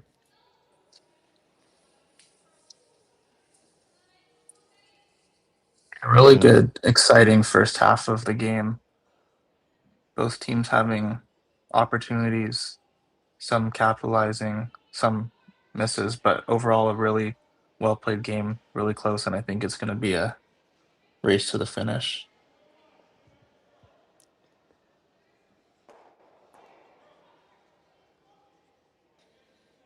And De Jong already signaling that he wants to get things going with the corner guard up, and Wakefield's going to just end up with the guard here. I think he probably wanted that one to be a little bit deeper, but the guard's okay. We'll let De Jong curl in on the intern side now. Yeah, Team De Jong definitely going to be pushing here for their deuce in the sixth end. We talk so much about those even ends. If things were to stay, quote unquote, on serve right now, it would be 3 hammers for De Jong and just 2 for Wakefield. Yeah, those even ends so important. And nice setup there by Corey. And play getting drawn here into the middle, so continue to jockey for position, and eventually one team might choose to hit that Control-Alt-Delete button.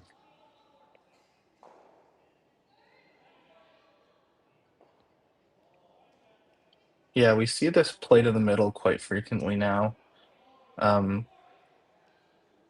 Before I used to see a lot of teams coming around their corner guard.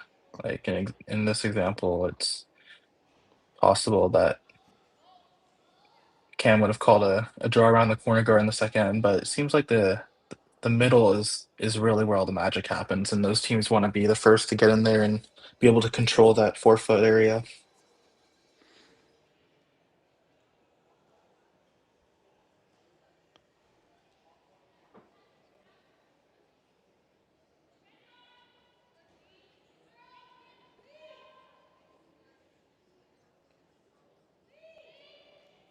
Newest curling slogan: in the middle, where the magic happens. It's true. Unless they started putting buttons around the side of the rings. 4 square curling.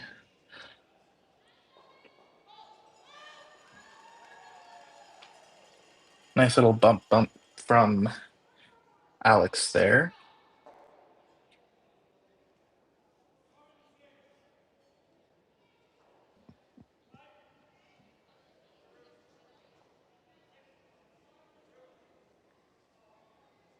Jay opting for the freeze here.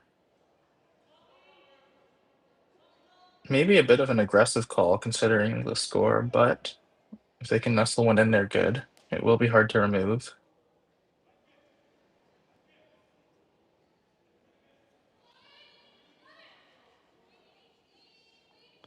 This one does need to curl up a little bit. Now just settle in. Oh, that's pretty good.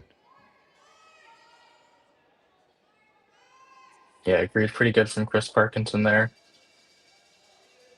It's going to force a tough little jingle shot from Cam.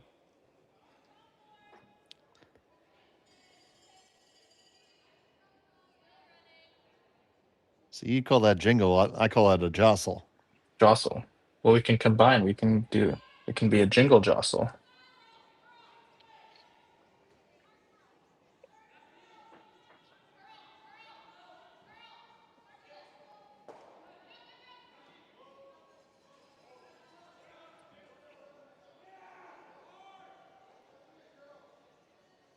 Guards coming up. Ooh. Well played there by the sweepers. And they do move him back a little bit. So it is, you see, it's shot stone belonging to Wakefield, but 2 red de Jong stones in front of the tee line. And once those stones get behind the tee line, they very seldom get closer. And by very seldom, you mean never. I guess you could throw it around the horn and bump something up. Yeah, very seldom. But very seldom. But that is a lonely blueberry, as I would usually say, in a field of strawberries in this case.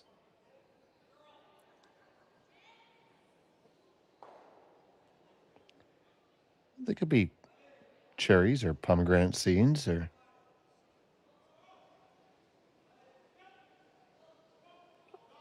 But you're a strawberry guy. I get it.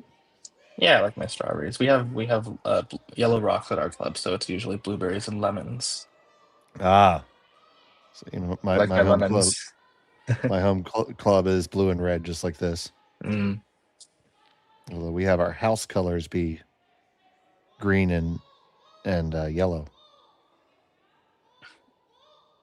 Good Ooh, so you've contrast. got all 4 colors there.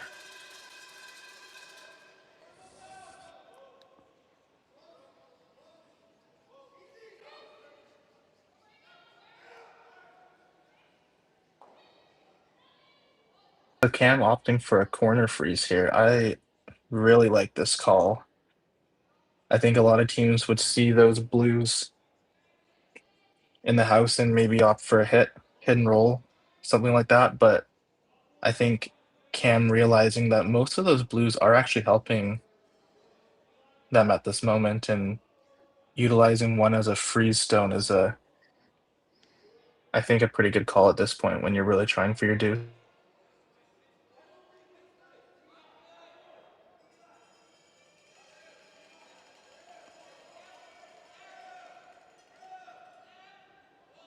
So you go to that angle there. You throw the double, it's going to jam into your own, but you could actually almost maybe go around the horn a little bit. Or just draw right there.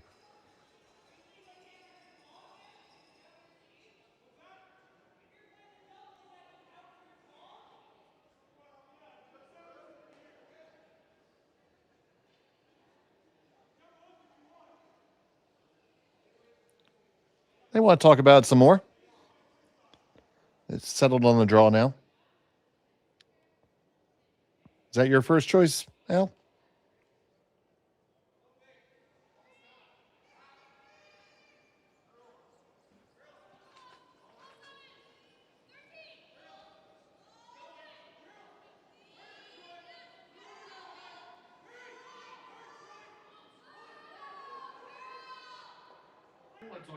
On the way right now.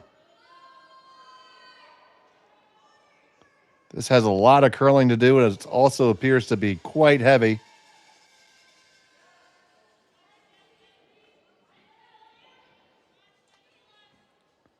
Ends up in a really good spot. They lie shot stone and third rather.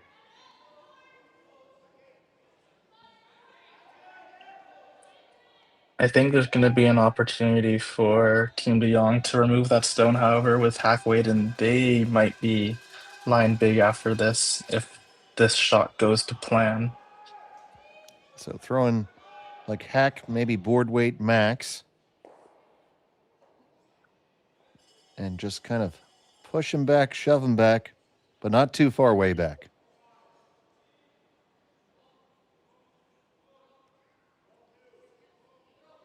Stone for Middleton. He needs to curl up. Needs to keep on moving. Gets up to the face. Split him around. And you lie too.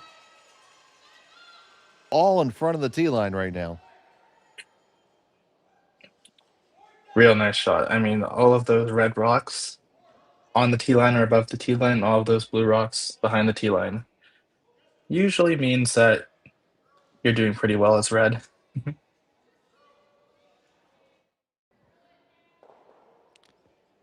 So staring at a strawberry shortcake, what's he going to do? I would use my when life gives you lemons in this case, but there are no lemons. So when life gives you strawberries.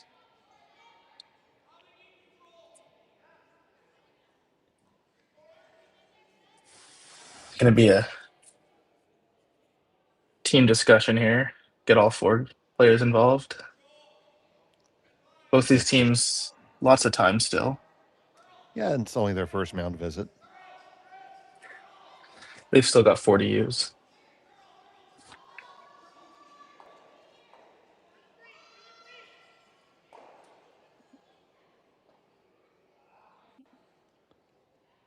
I mean, you could hammer that flat double. Or you could just kind of do the little draw push shot, kind of like what we just saw, but lighter. Yeah, so the double that you're talking about, I believe off the rock that Daniels brushes above right now, that red rock, is an option, but it looks like it might jam on the blue rock. And that's the thing about having all that shrapnel back there. It's always going to jam someplace. Exactly, lots of catchers.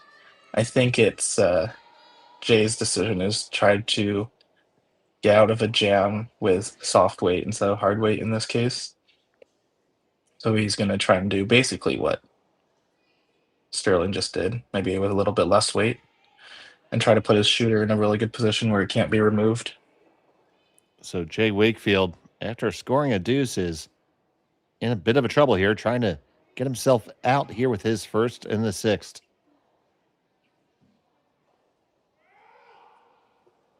Parkinson trying to work it over.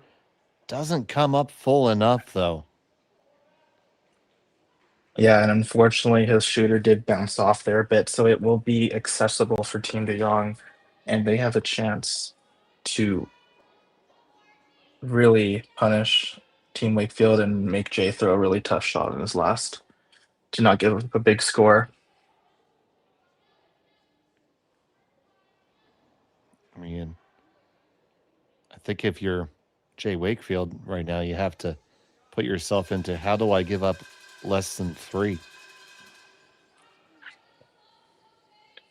Yeah, exactly. And I think their answer, we haven't seen the outcome of this shot yet, but the answer may be to try and freeze one in there or draw one in there. And we know how tough a freeze is. And well, we'll see what the result of this shot is first.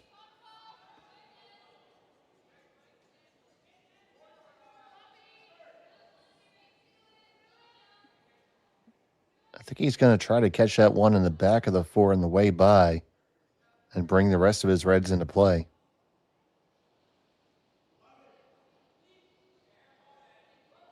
His first to 2 in the 6th.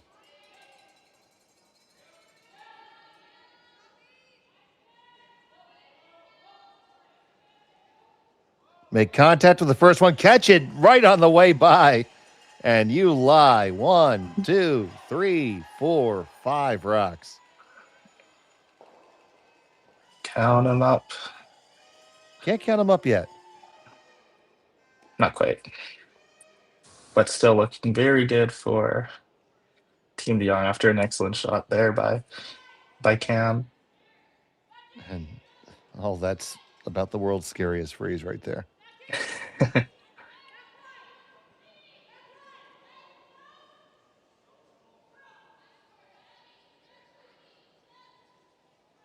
So once again, here's trying to see if there's a hit. Go ahead. No, I was just saying they're doing mound visit number 2 here. Yeah. Try to cook something up, yeah. Glad to see I have you on that train. No, I'm going to start using that in my games. Like, that's one mound visit.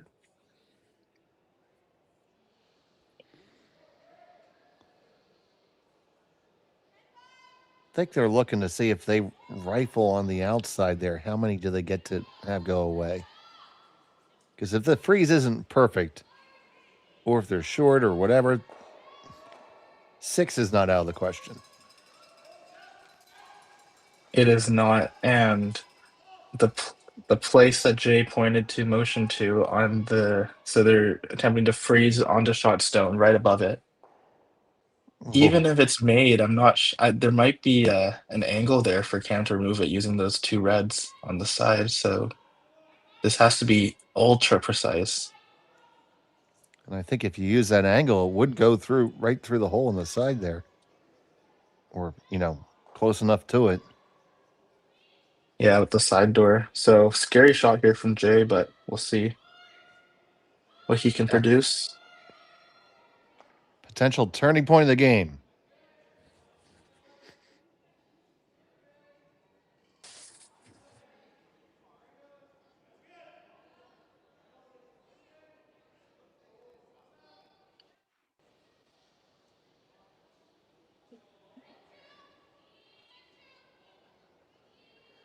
This is going to settle in, and it moved it just too far, Alex. I think there's going to be a shot here for a bundle from Cam. Oh, man.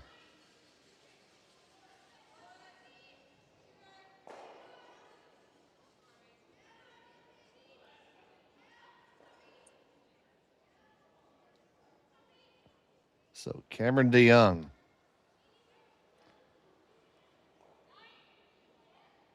Line shot.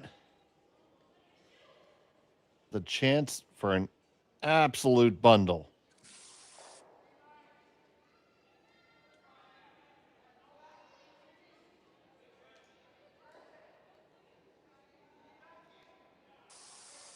Final stone of the 6th.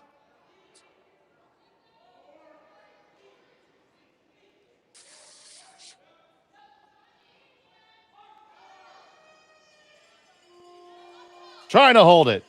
Kick it out through the hole, and there it is. 1, 2, 3, 4, 5, 6. More than a midful. It's an Alfonseca, and he takes a 8-3 lead after 6. We'll be back after this. Take a look at that shot. They just came on down, managed it, swept it perfectly, and through the hole it went. Big score for De Jong. We'll be back. Hey, Mark, you ready for this game tonight? Yeah, I'm excited, man. Cupsy, what are you doing over there? Don't worry, boys. Was just on AztecSafety.com, took a fire extinguisher safety course. Paul, I'm putting out the fires from now on. Woo!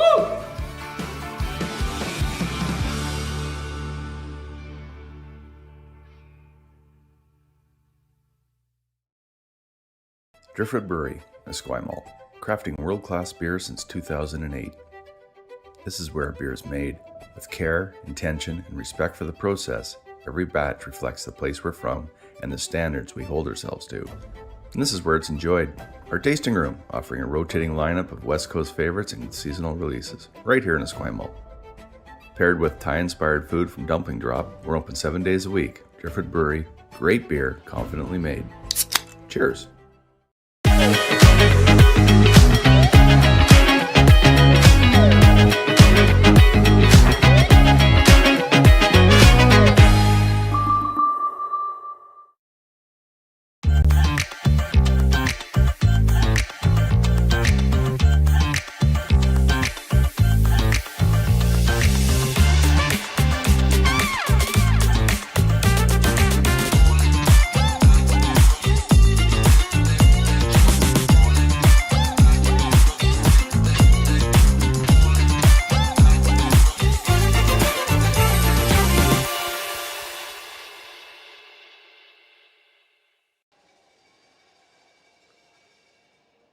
Welcome back to the Archie Browning Sports Center, where we just had a 6 spot hung up by Cameron DeYoung to take a 5-stone lead.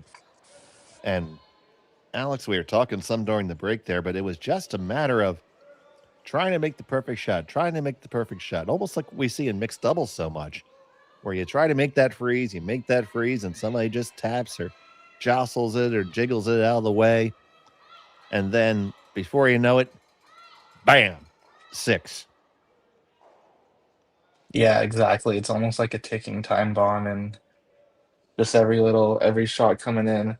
And it's not like Team Wakefield's missing by much, but that 2 inches heavy, foot heavy, bounce off, give him a chance, and that just snowballs into what we saw there, which was a big 6 for Team DeYoung to take a commanding lead here in the 7th.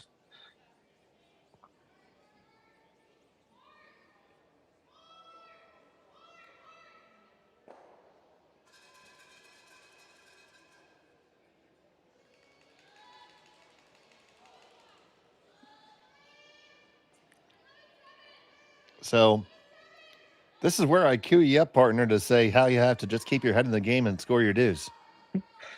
Go for it, Alex. I mean, it's really tough for Team Wakefield. And it's really hard to do it, but you got to stay in there. And with 4 ends to go, 5 points, was that 1-1-2-1? 1-2-2-1?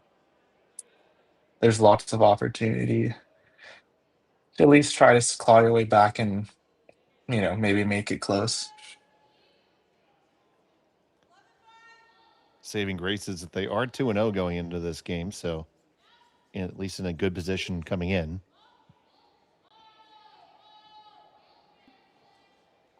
Yeah, I mean, it's an important game. Every game's an important game in a triple knockout or even in the round robin. But the team has played well, albeit one bad end. But it's unfortunate because Team Wakefield really was putting a lot of pressure on Team DeYoung in the first half. And fortune just seemed to unravel there a bit in the 6th. Well, after that fortunate outcome for DeYoung, I know what he should do right now. I bet you do too. He should go buy himself a 50-50 ticket. It's at $1,620 in grilling. Go to curlbc.ca/5050 raffle. Take a shot. I don't know if he wants to use up all his luck right now, though. Maybe save some for later as well. I don't think he used this one time yet. You don't think that was his one time? No, I don't think that was the one time, no. I would say that for some sort of 20-foot double run back or something like that.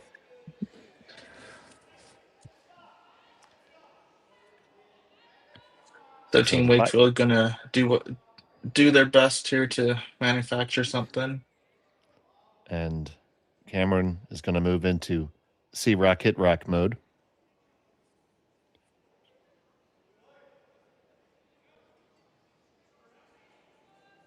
So we C-Rock.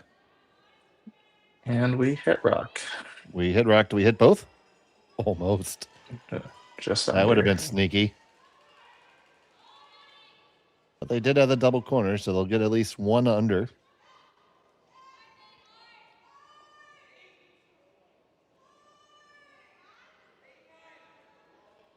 And you see the 3 DeYoung stones are at a 90-degree angle, so potential for a triple there. Yeah, Team Wakefield's bluestone there is sneakily a little bit buried as well behind one of the red stones, so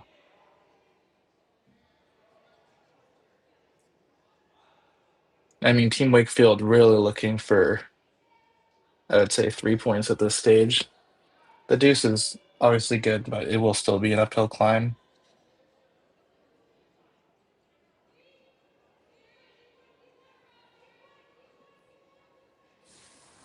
And Sterling Middleton on guard removal detail.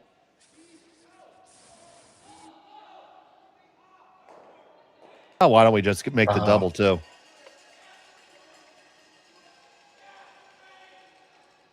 So Yeah, sure. nonchalant too. Yeah, let's just make this run back. Double. No big deal.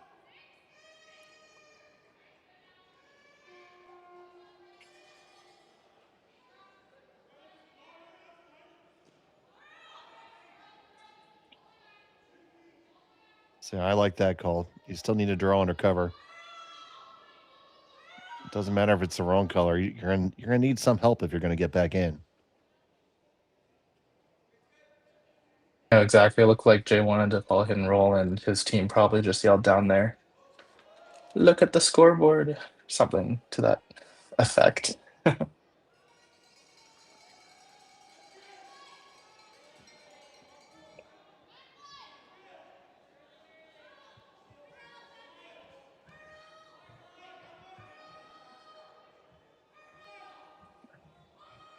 Daniel Dang on this hard all the way to try to get it past the. Oh, and just ticks off.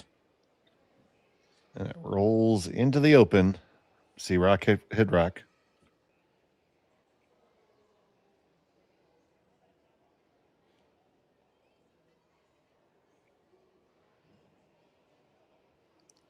Middleton won't have to bring quite as much fire and fury with this one.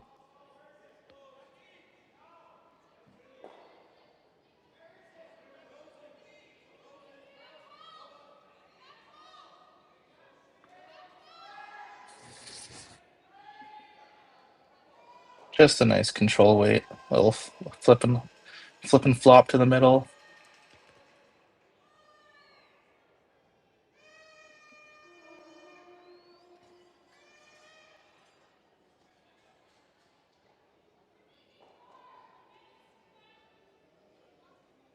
Team Wakefield again gonna ignore that pile of red rocks in the middle there, and try to put this on the corner of the red stone on the left hand side.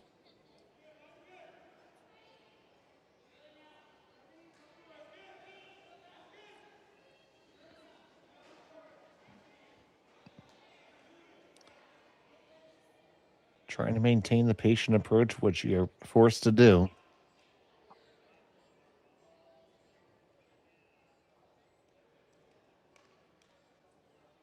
Came down to a pretty nice spot, Alex. That's a pretty good spot there. They were trying to just maybe that overcurled a half rock because they were trying to protect the other blue rock in the back there, back 8.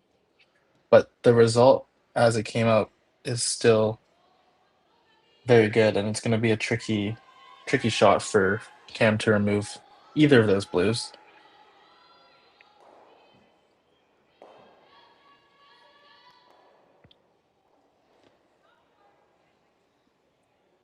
I think the shot's probably going to be to hit that back blue. It's going to be hard for Team Wakefield to remove all 3 of those center red rocks with only 2 shots to play. Possible, but difficult.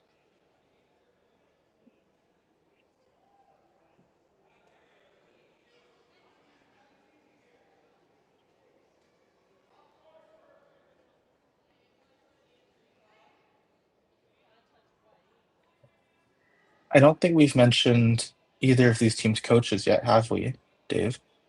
We have not.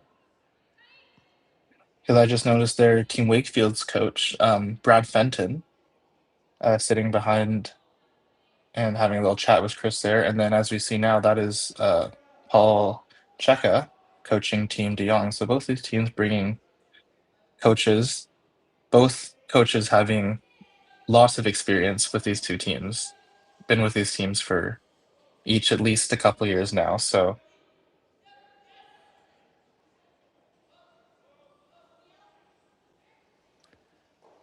and he does pick the back one out.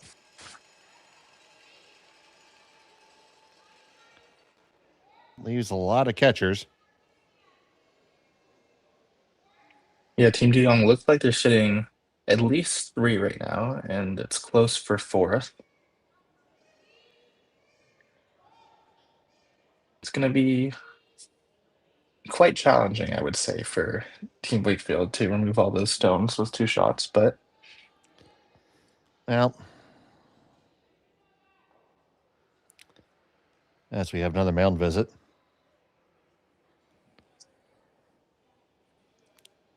are we at 3 now? That's 3. For those They have keeping 3. track at home? They have 3. Yep, they have 3 left. Get 6 per game.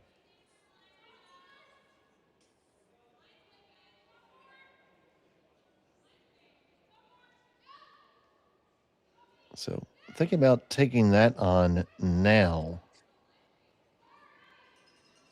I almost feel like that has to be the last shot of the end, but I don't know how you don't throw it now. So I want to have my cake and eat it. And I'm sure there's a pony there someplace. Has to be. I guess. Yeah, I guess the only other shot would be to try to get a blue on the button there somehow, maybe with a draw or a hidden roll.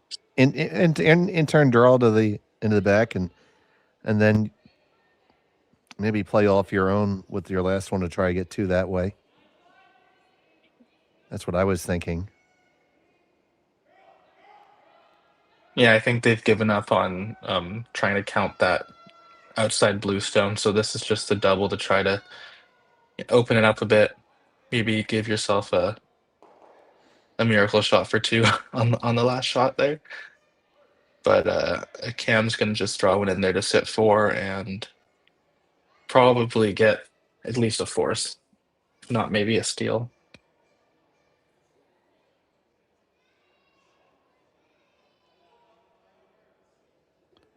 We encourage you to keep it with us here on Curling Stadium all weekend long for these provincial championships.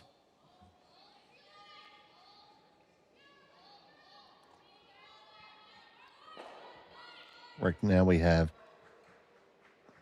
Reese Hansen versus Warka as our other featured matchup. We'll have Wilson Powell for our nightcap.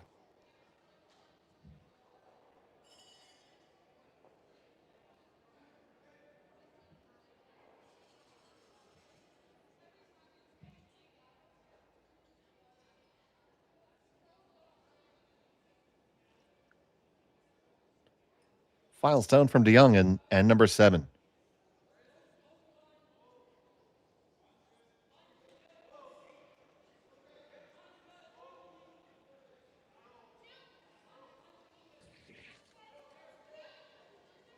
The boys are sweeping this one hard, end to end, trying to sit 4th, and they will. Very nicely done. Okay. Is there some kind of psycho miracle shot there, Alex? I'm going to go on a limb and say no. But we'll see if that can be proved wrong. As he's got to remove 4 stones here, right, in order to count a second one. So look, he's just gonna look like take 1 here. Yeah, this looks like maybe the hidden roll to the button to try to get the 1. Extremely precise. Yeah, see, I was wondering if you ever just caught the edge of the one that was just thrown. Wicket into the side, and into the one in the back. Yeah, I think they're just looking for 1 here. I think he's just playing the straight half waiter on the shot stone, not the hidden roll. Final stone of the 7th. Jay Wakefield trying to put 1 on the board. He's facing 4.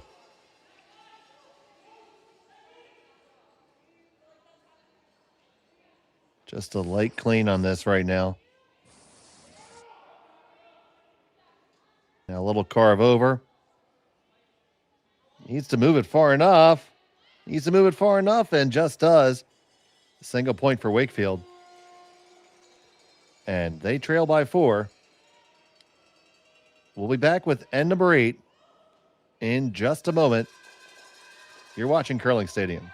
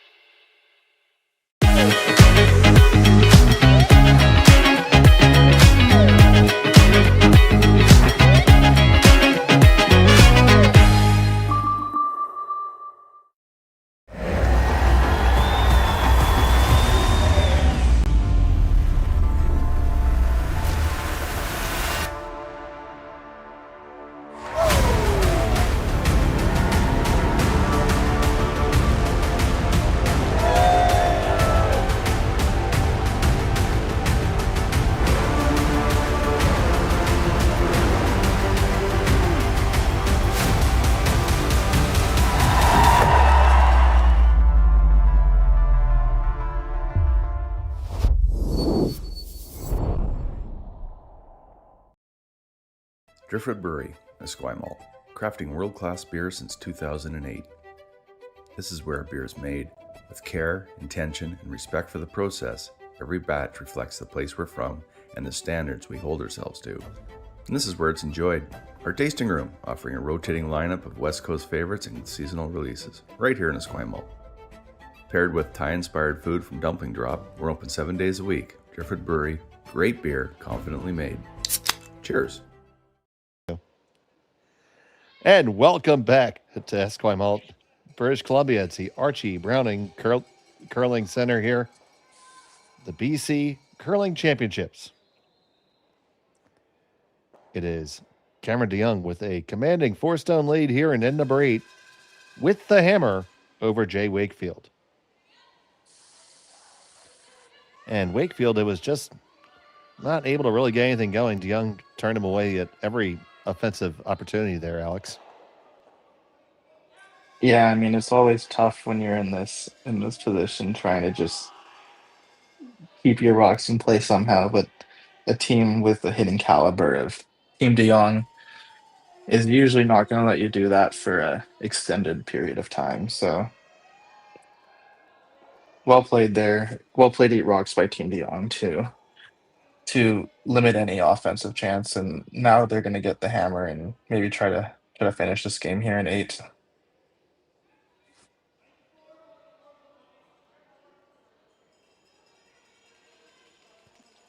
And they bring that one right into the rings. Wakefield thinking about tapping it back just a little bit. Now going to draw around the outside.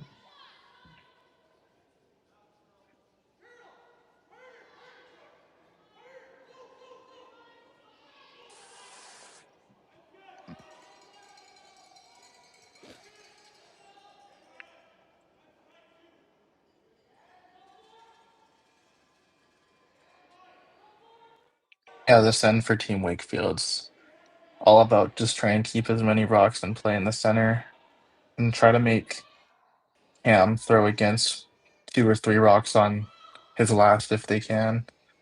But Team Young's going to enter C rock, hit rock mode pretty quickly here. And So it will be Horvath with the first one to have an opportunity to make some waves. Enough of an angle here to make some things go. Just gets the top one. Sterling was too busy watching. looks like that one overcurled though. I mean, I think they were trying to get the angle on. Yeah. So when that rock stays in play, and that's gonna be in the draw path there, that high red rock. It's a bit of a break there for Team Wakefield. See if they can capitalize here with a nice draw around everything.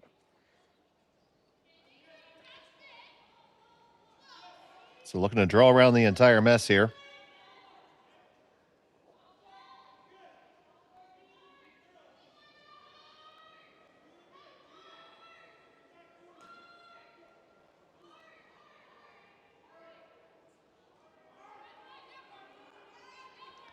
And that is a fantastic effort right there.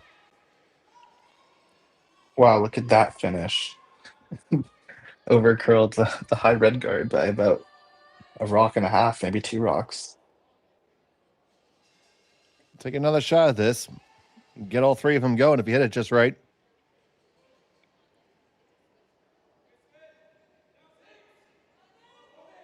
This is just going to be the straight peel.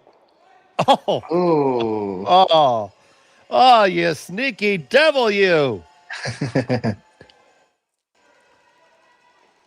Great shot there by Alex, getting the angle perfectly right, and Cam with a great line call there. So Wakefield still hasn't been able to find the pony.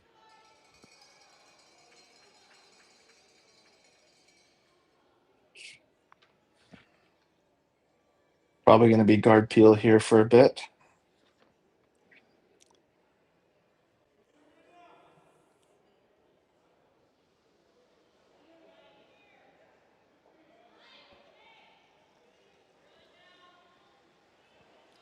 And here comes the guard, and here comes our thanks to our presenting sponsors, Best Western, Bel Air Direct, Driftwood Brewery, Digital Direct, and AMJ Moving. Platinum sponsors Kia Victoria and Peninsula Co-op. And our government community sponsors the Greater Victoria Sport Tourism Commission, the BC government, Via Sport, and the Township of Esquimalt. Thank you so much for supporting curling in British Columbia.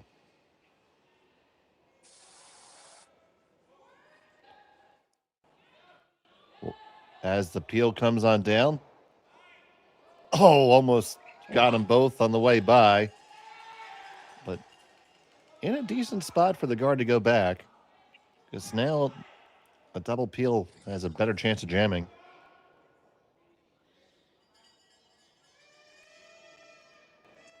Yeah, still some glimpse of hope here for Team Wakefield. They have that blue rock in the 8 foot, so maybe they can plan for a short run back on their last, or maybe try to freeze the redstone on their last.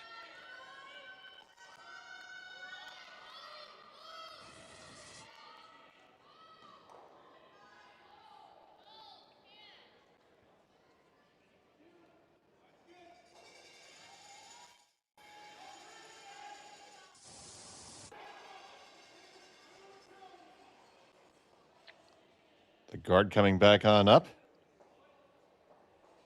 We'll have coverage up for you all weekend here on Curling Stadium and SSN of the BC Provincial Curling Championships.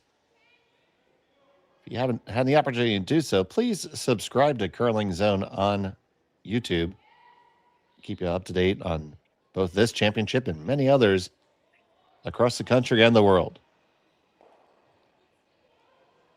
So here's Middleton.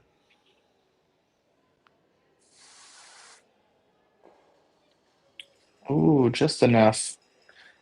Just a whisker. He didn't want to hurt it. Give it a little hot towel shave there. You ever got a hot towel shave, Alex? No, I wish I could grow enough facial hair to get a hot towel shave, though. It is an experience. My teammates were doing a Movember for the Open Championships. And my 3 teammates, shout out to my teammates, they had tremendous mustaches. And unfortunately there was my Asian genes and just couldn't get one going. I told them if I start now, I might be ready for next year's Movember.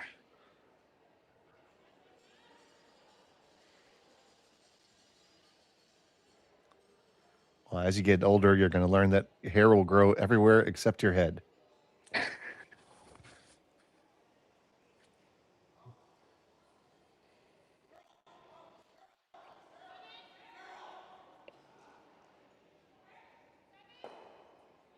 Looks like it's going to be another guard for Team Wakefield here. Yeah, you have to throw one more.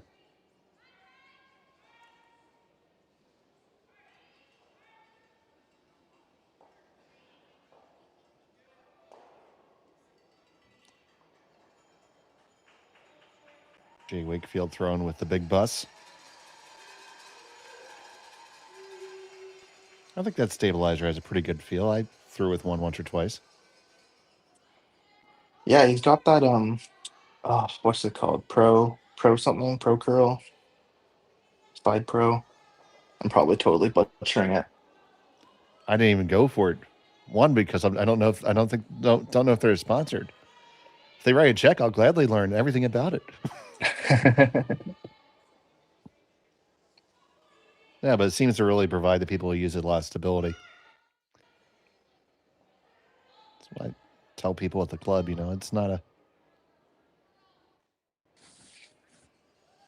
a problem to use a stabilizer as you throw. No, not at all. And everyone's got a bit of a different placement where they want their stabilizing hand, right? So some people like it higher, lower on their brush, and that stabilizer provides an exact point for you to be able to hold on every time and, provide some consistency. Big weight here. So DeYoung looking for the double-double.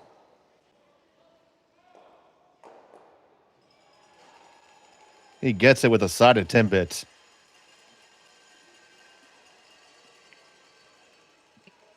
That sounds like a delicious Tim Hortons order. Maybe a little 10-pack.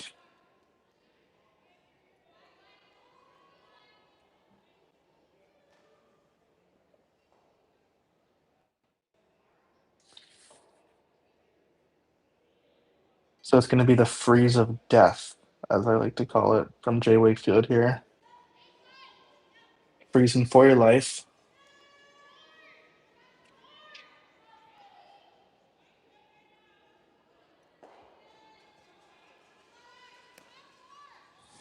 So here's Wakefield with arguably the most difficult shot in curling, the perfect freeze.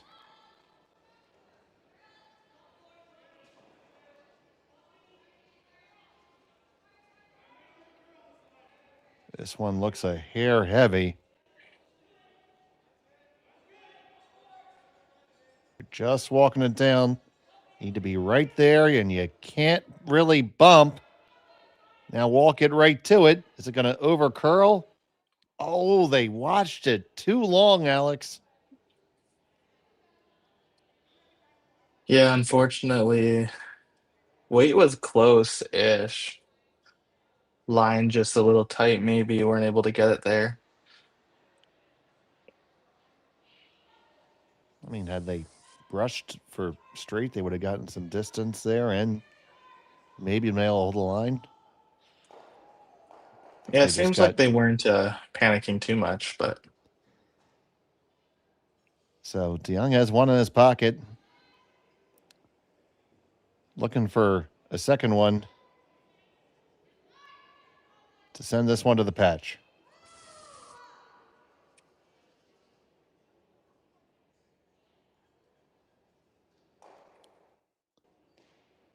Final stone of the 8th.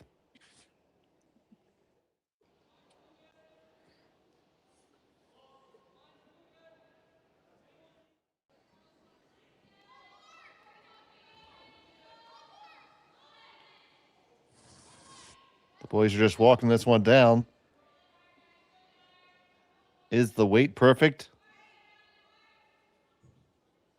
The weight is really good, but does it curl up far enough?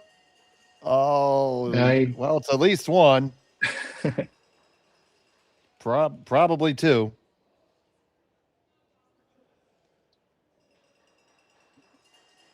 And either way, it's enough. So didn't matter. It's a final score. Well, we'll leave that for the officials to figure out. They kicked it, they'll hang it. I'm going to say 10-4 in favor of Cameron DeYoung. And they improve their record to 2-0. Wakefield falls to 2-1. And Alex, it's just a game where Wakefield certainly had those chances. Oh, absolutely, Dave. I mean, a couple key misses from Team Wakefield. They had control of those first 5 ends. Most of the ends, they were putting a lot of pressure on Team DeYoung. Unfortunate miss there on the shot for 4 from Jay. And Team DeYoung came back stronger in the second half and was able to generate that 6 right away, which really put an end to the game right there. So we're going to send you over to our other feature game right now. So thank you so much for joining us on Curling Stadium. For Alex Duncan Wu and Rory McCusker, I'm Dave Schmel. Good day.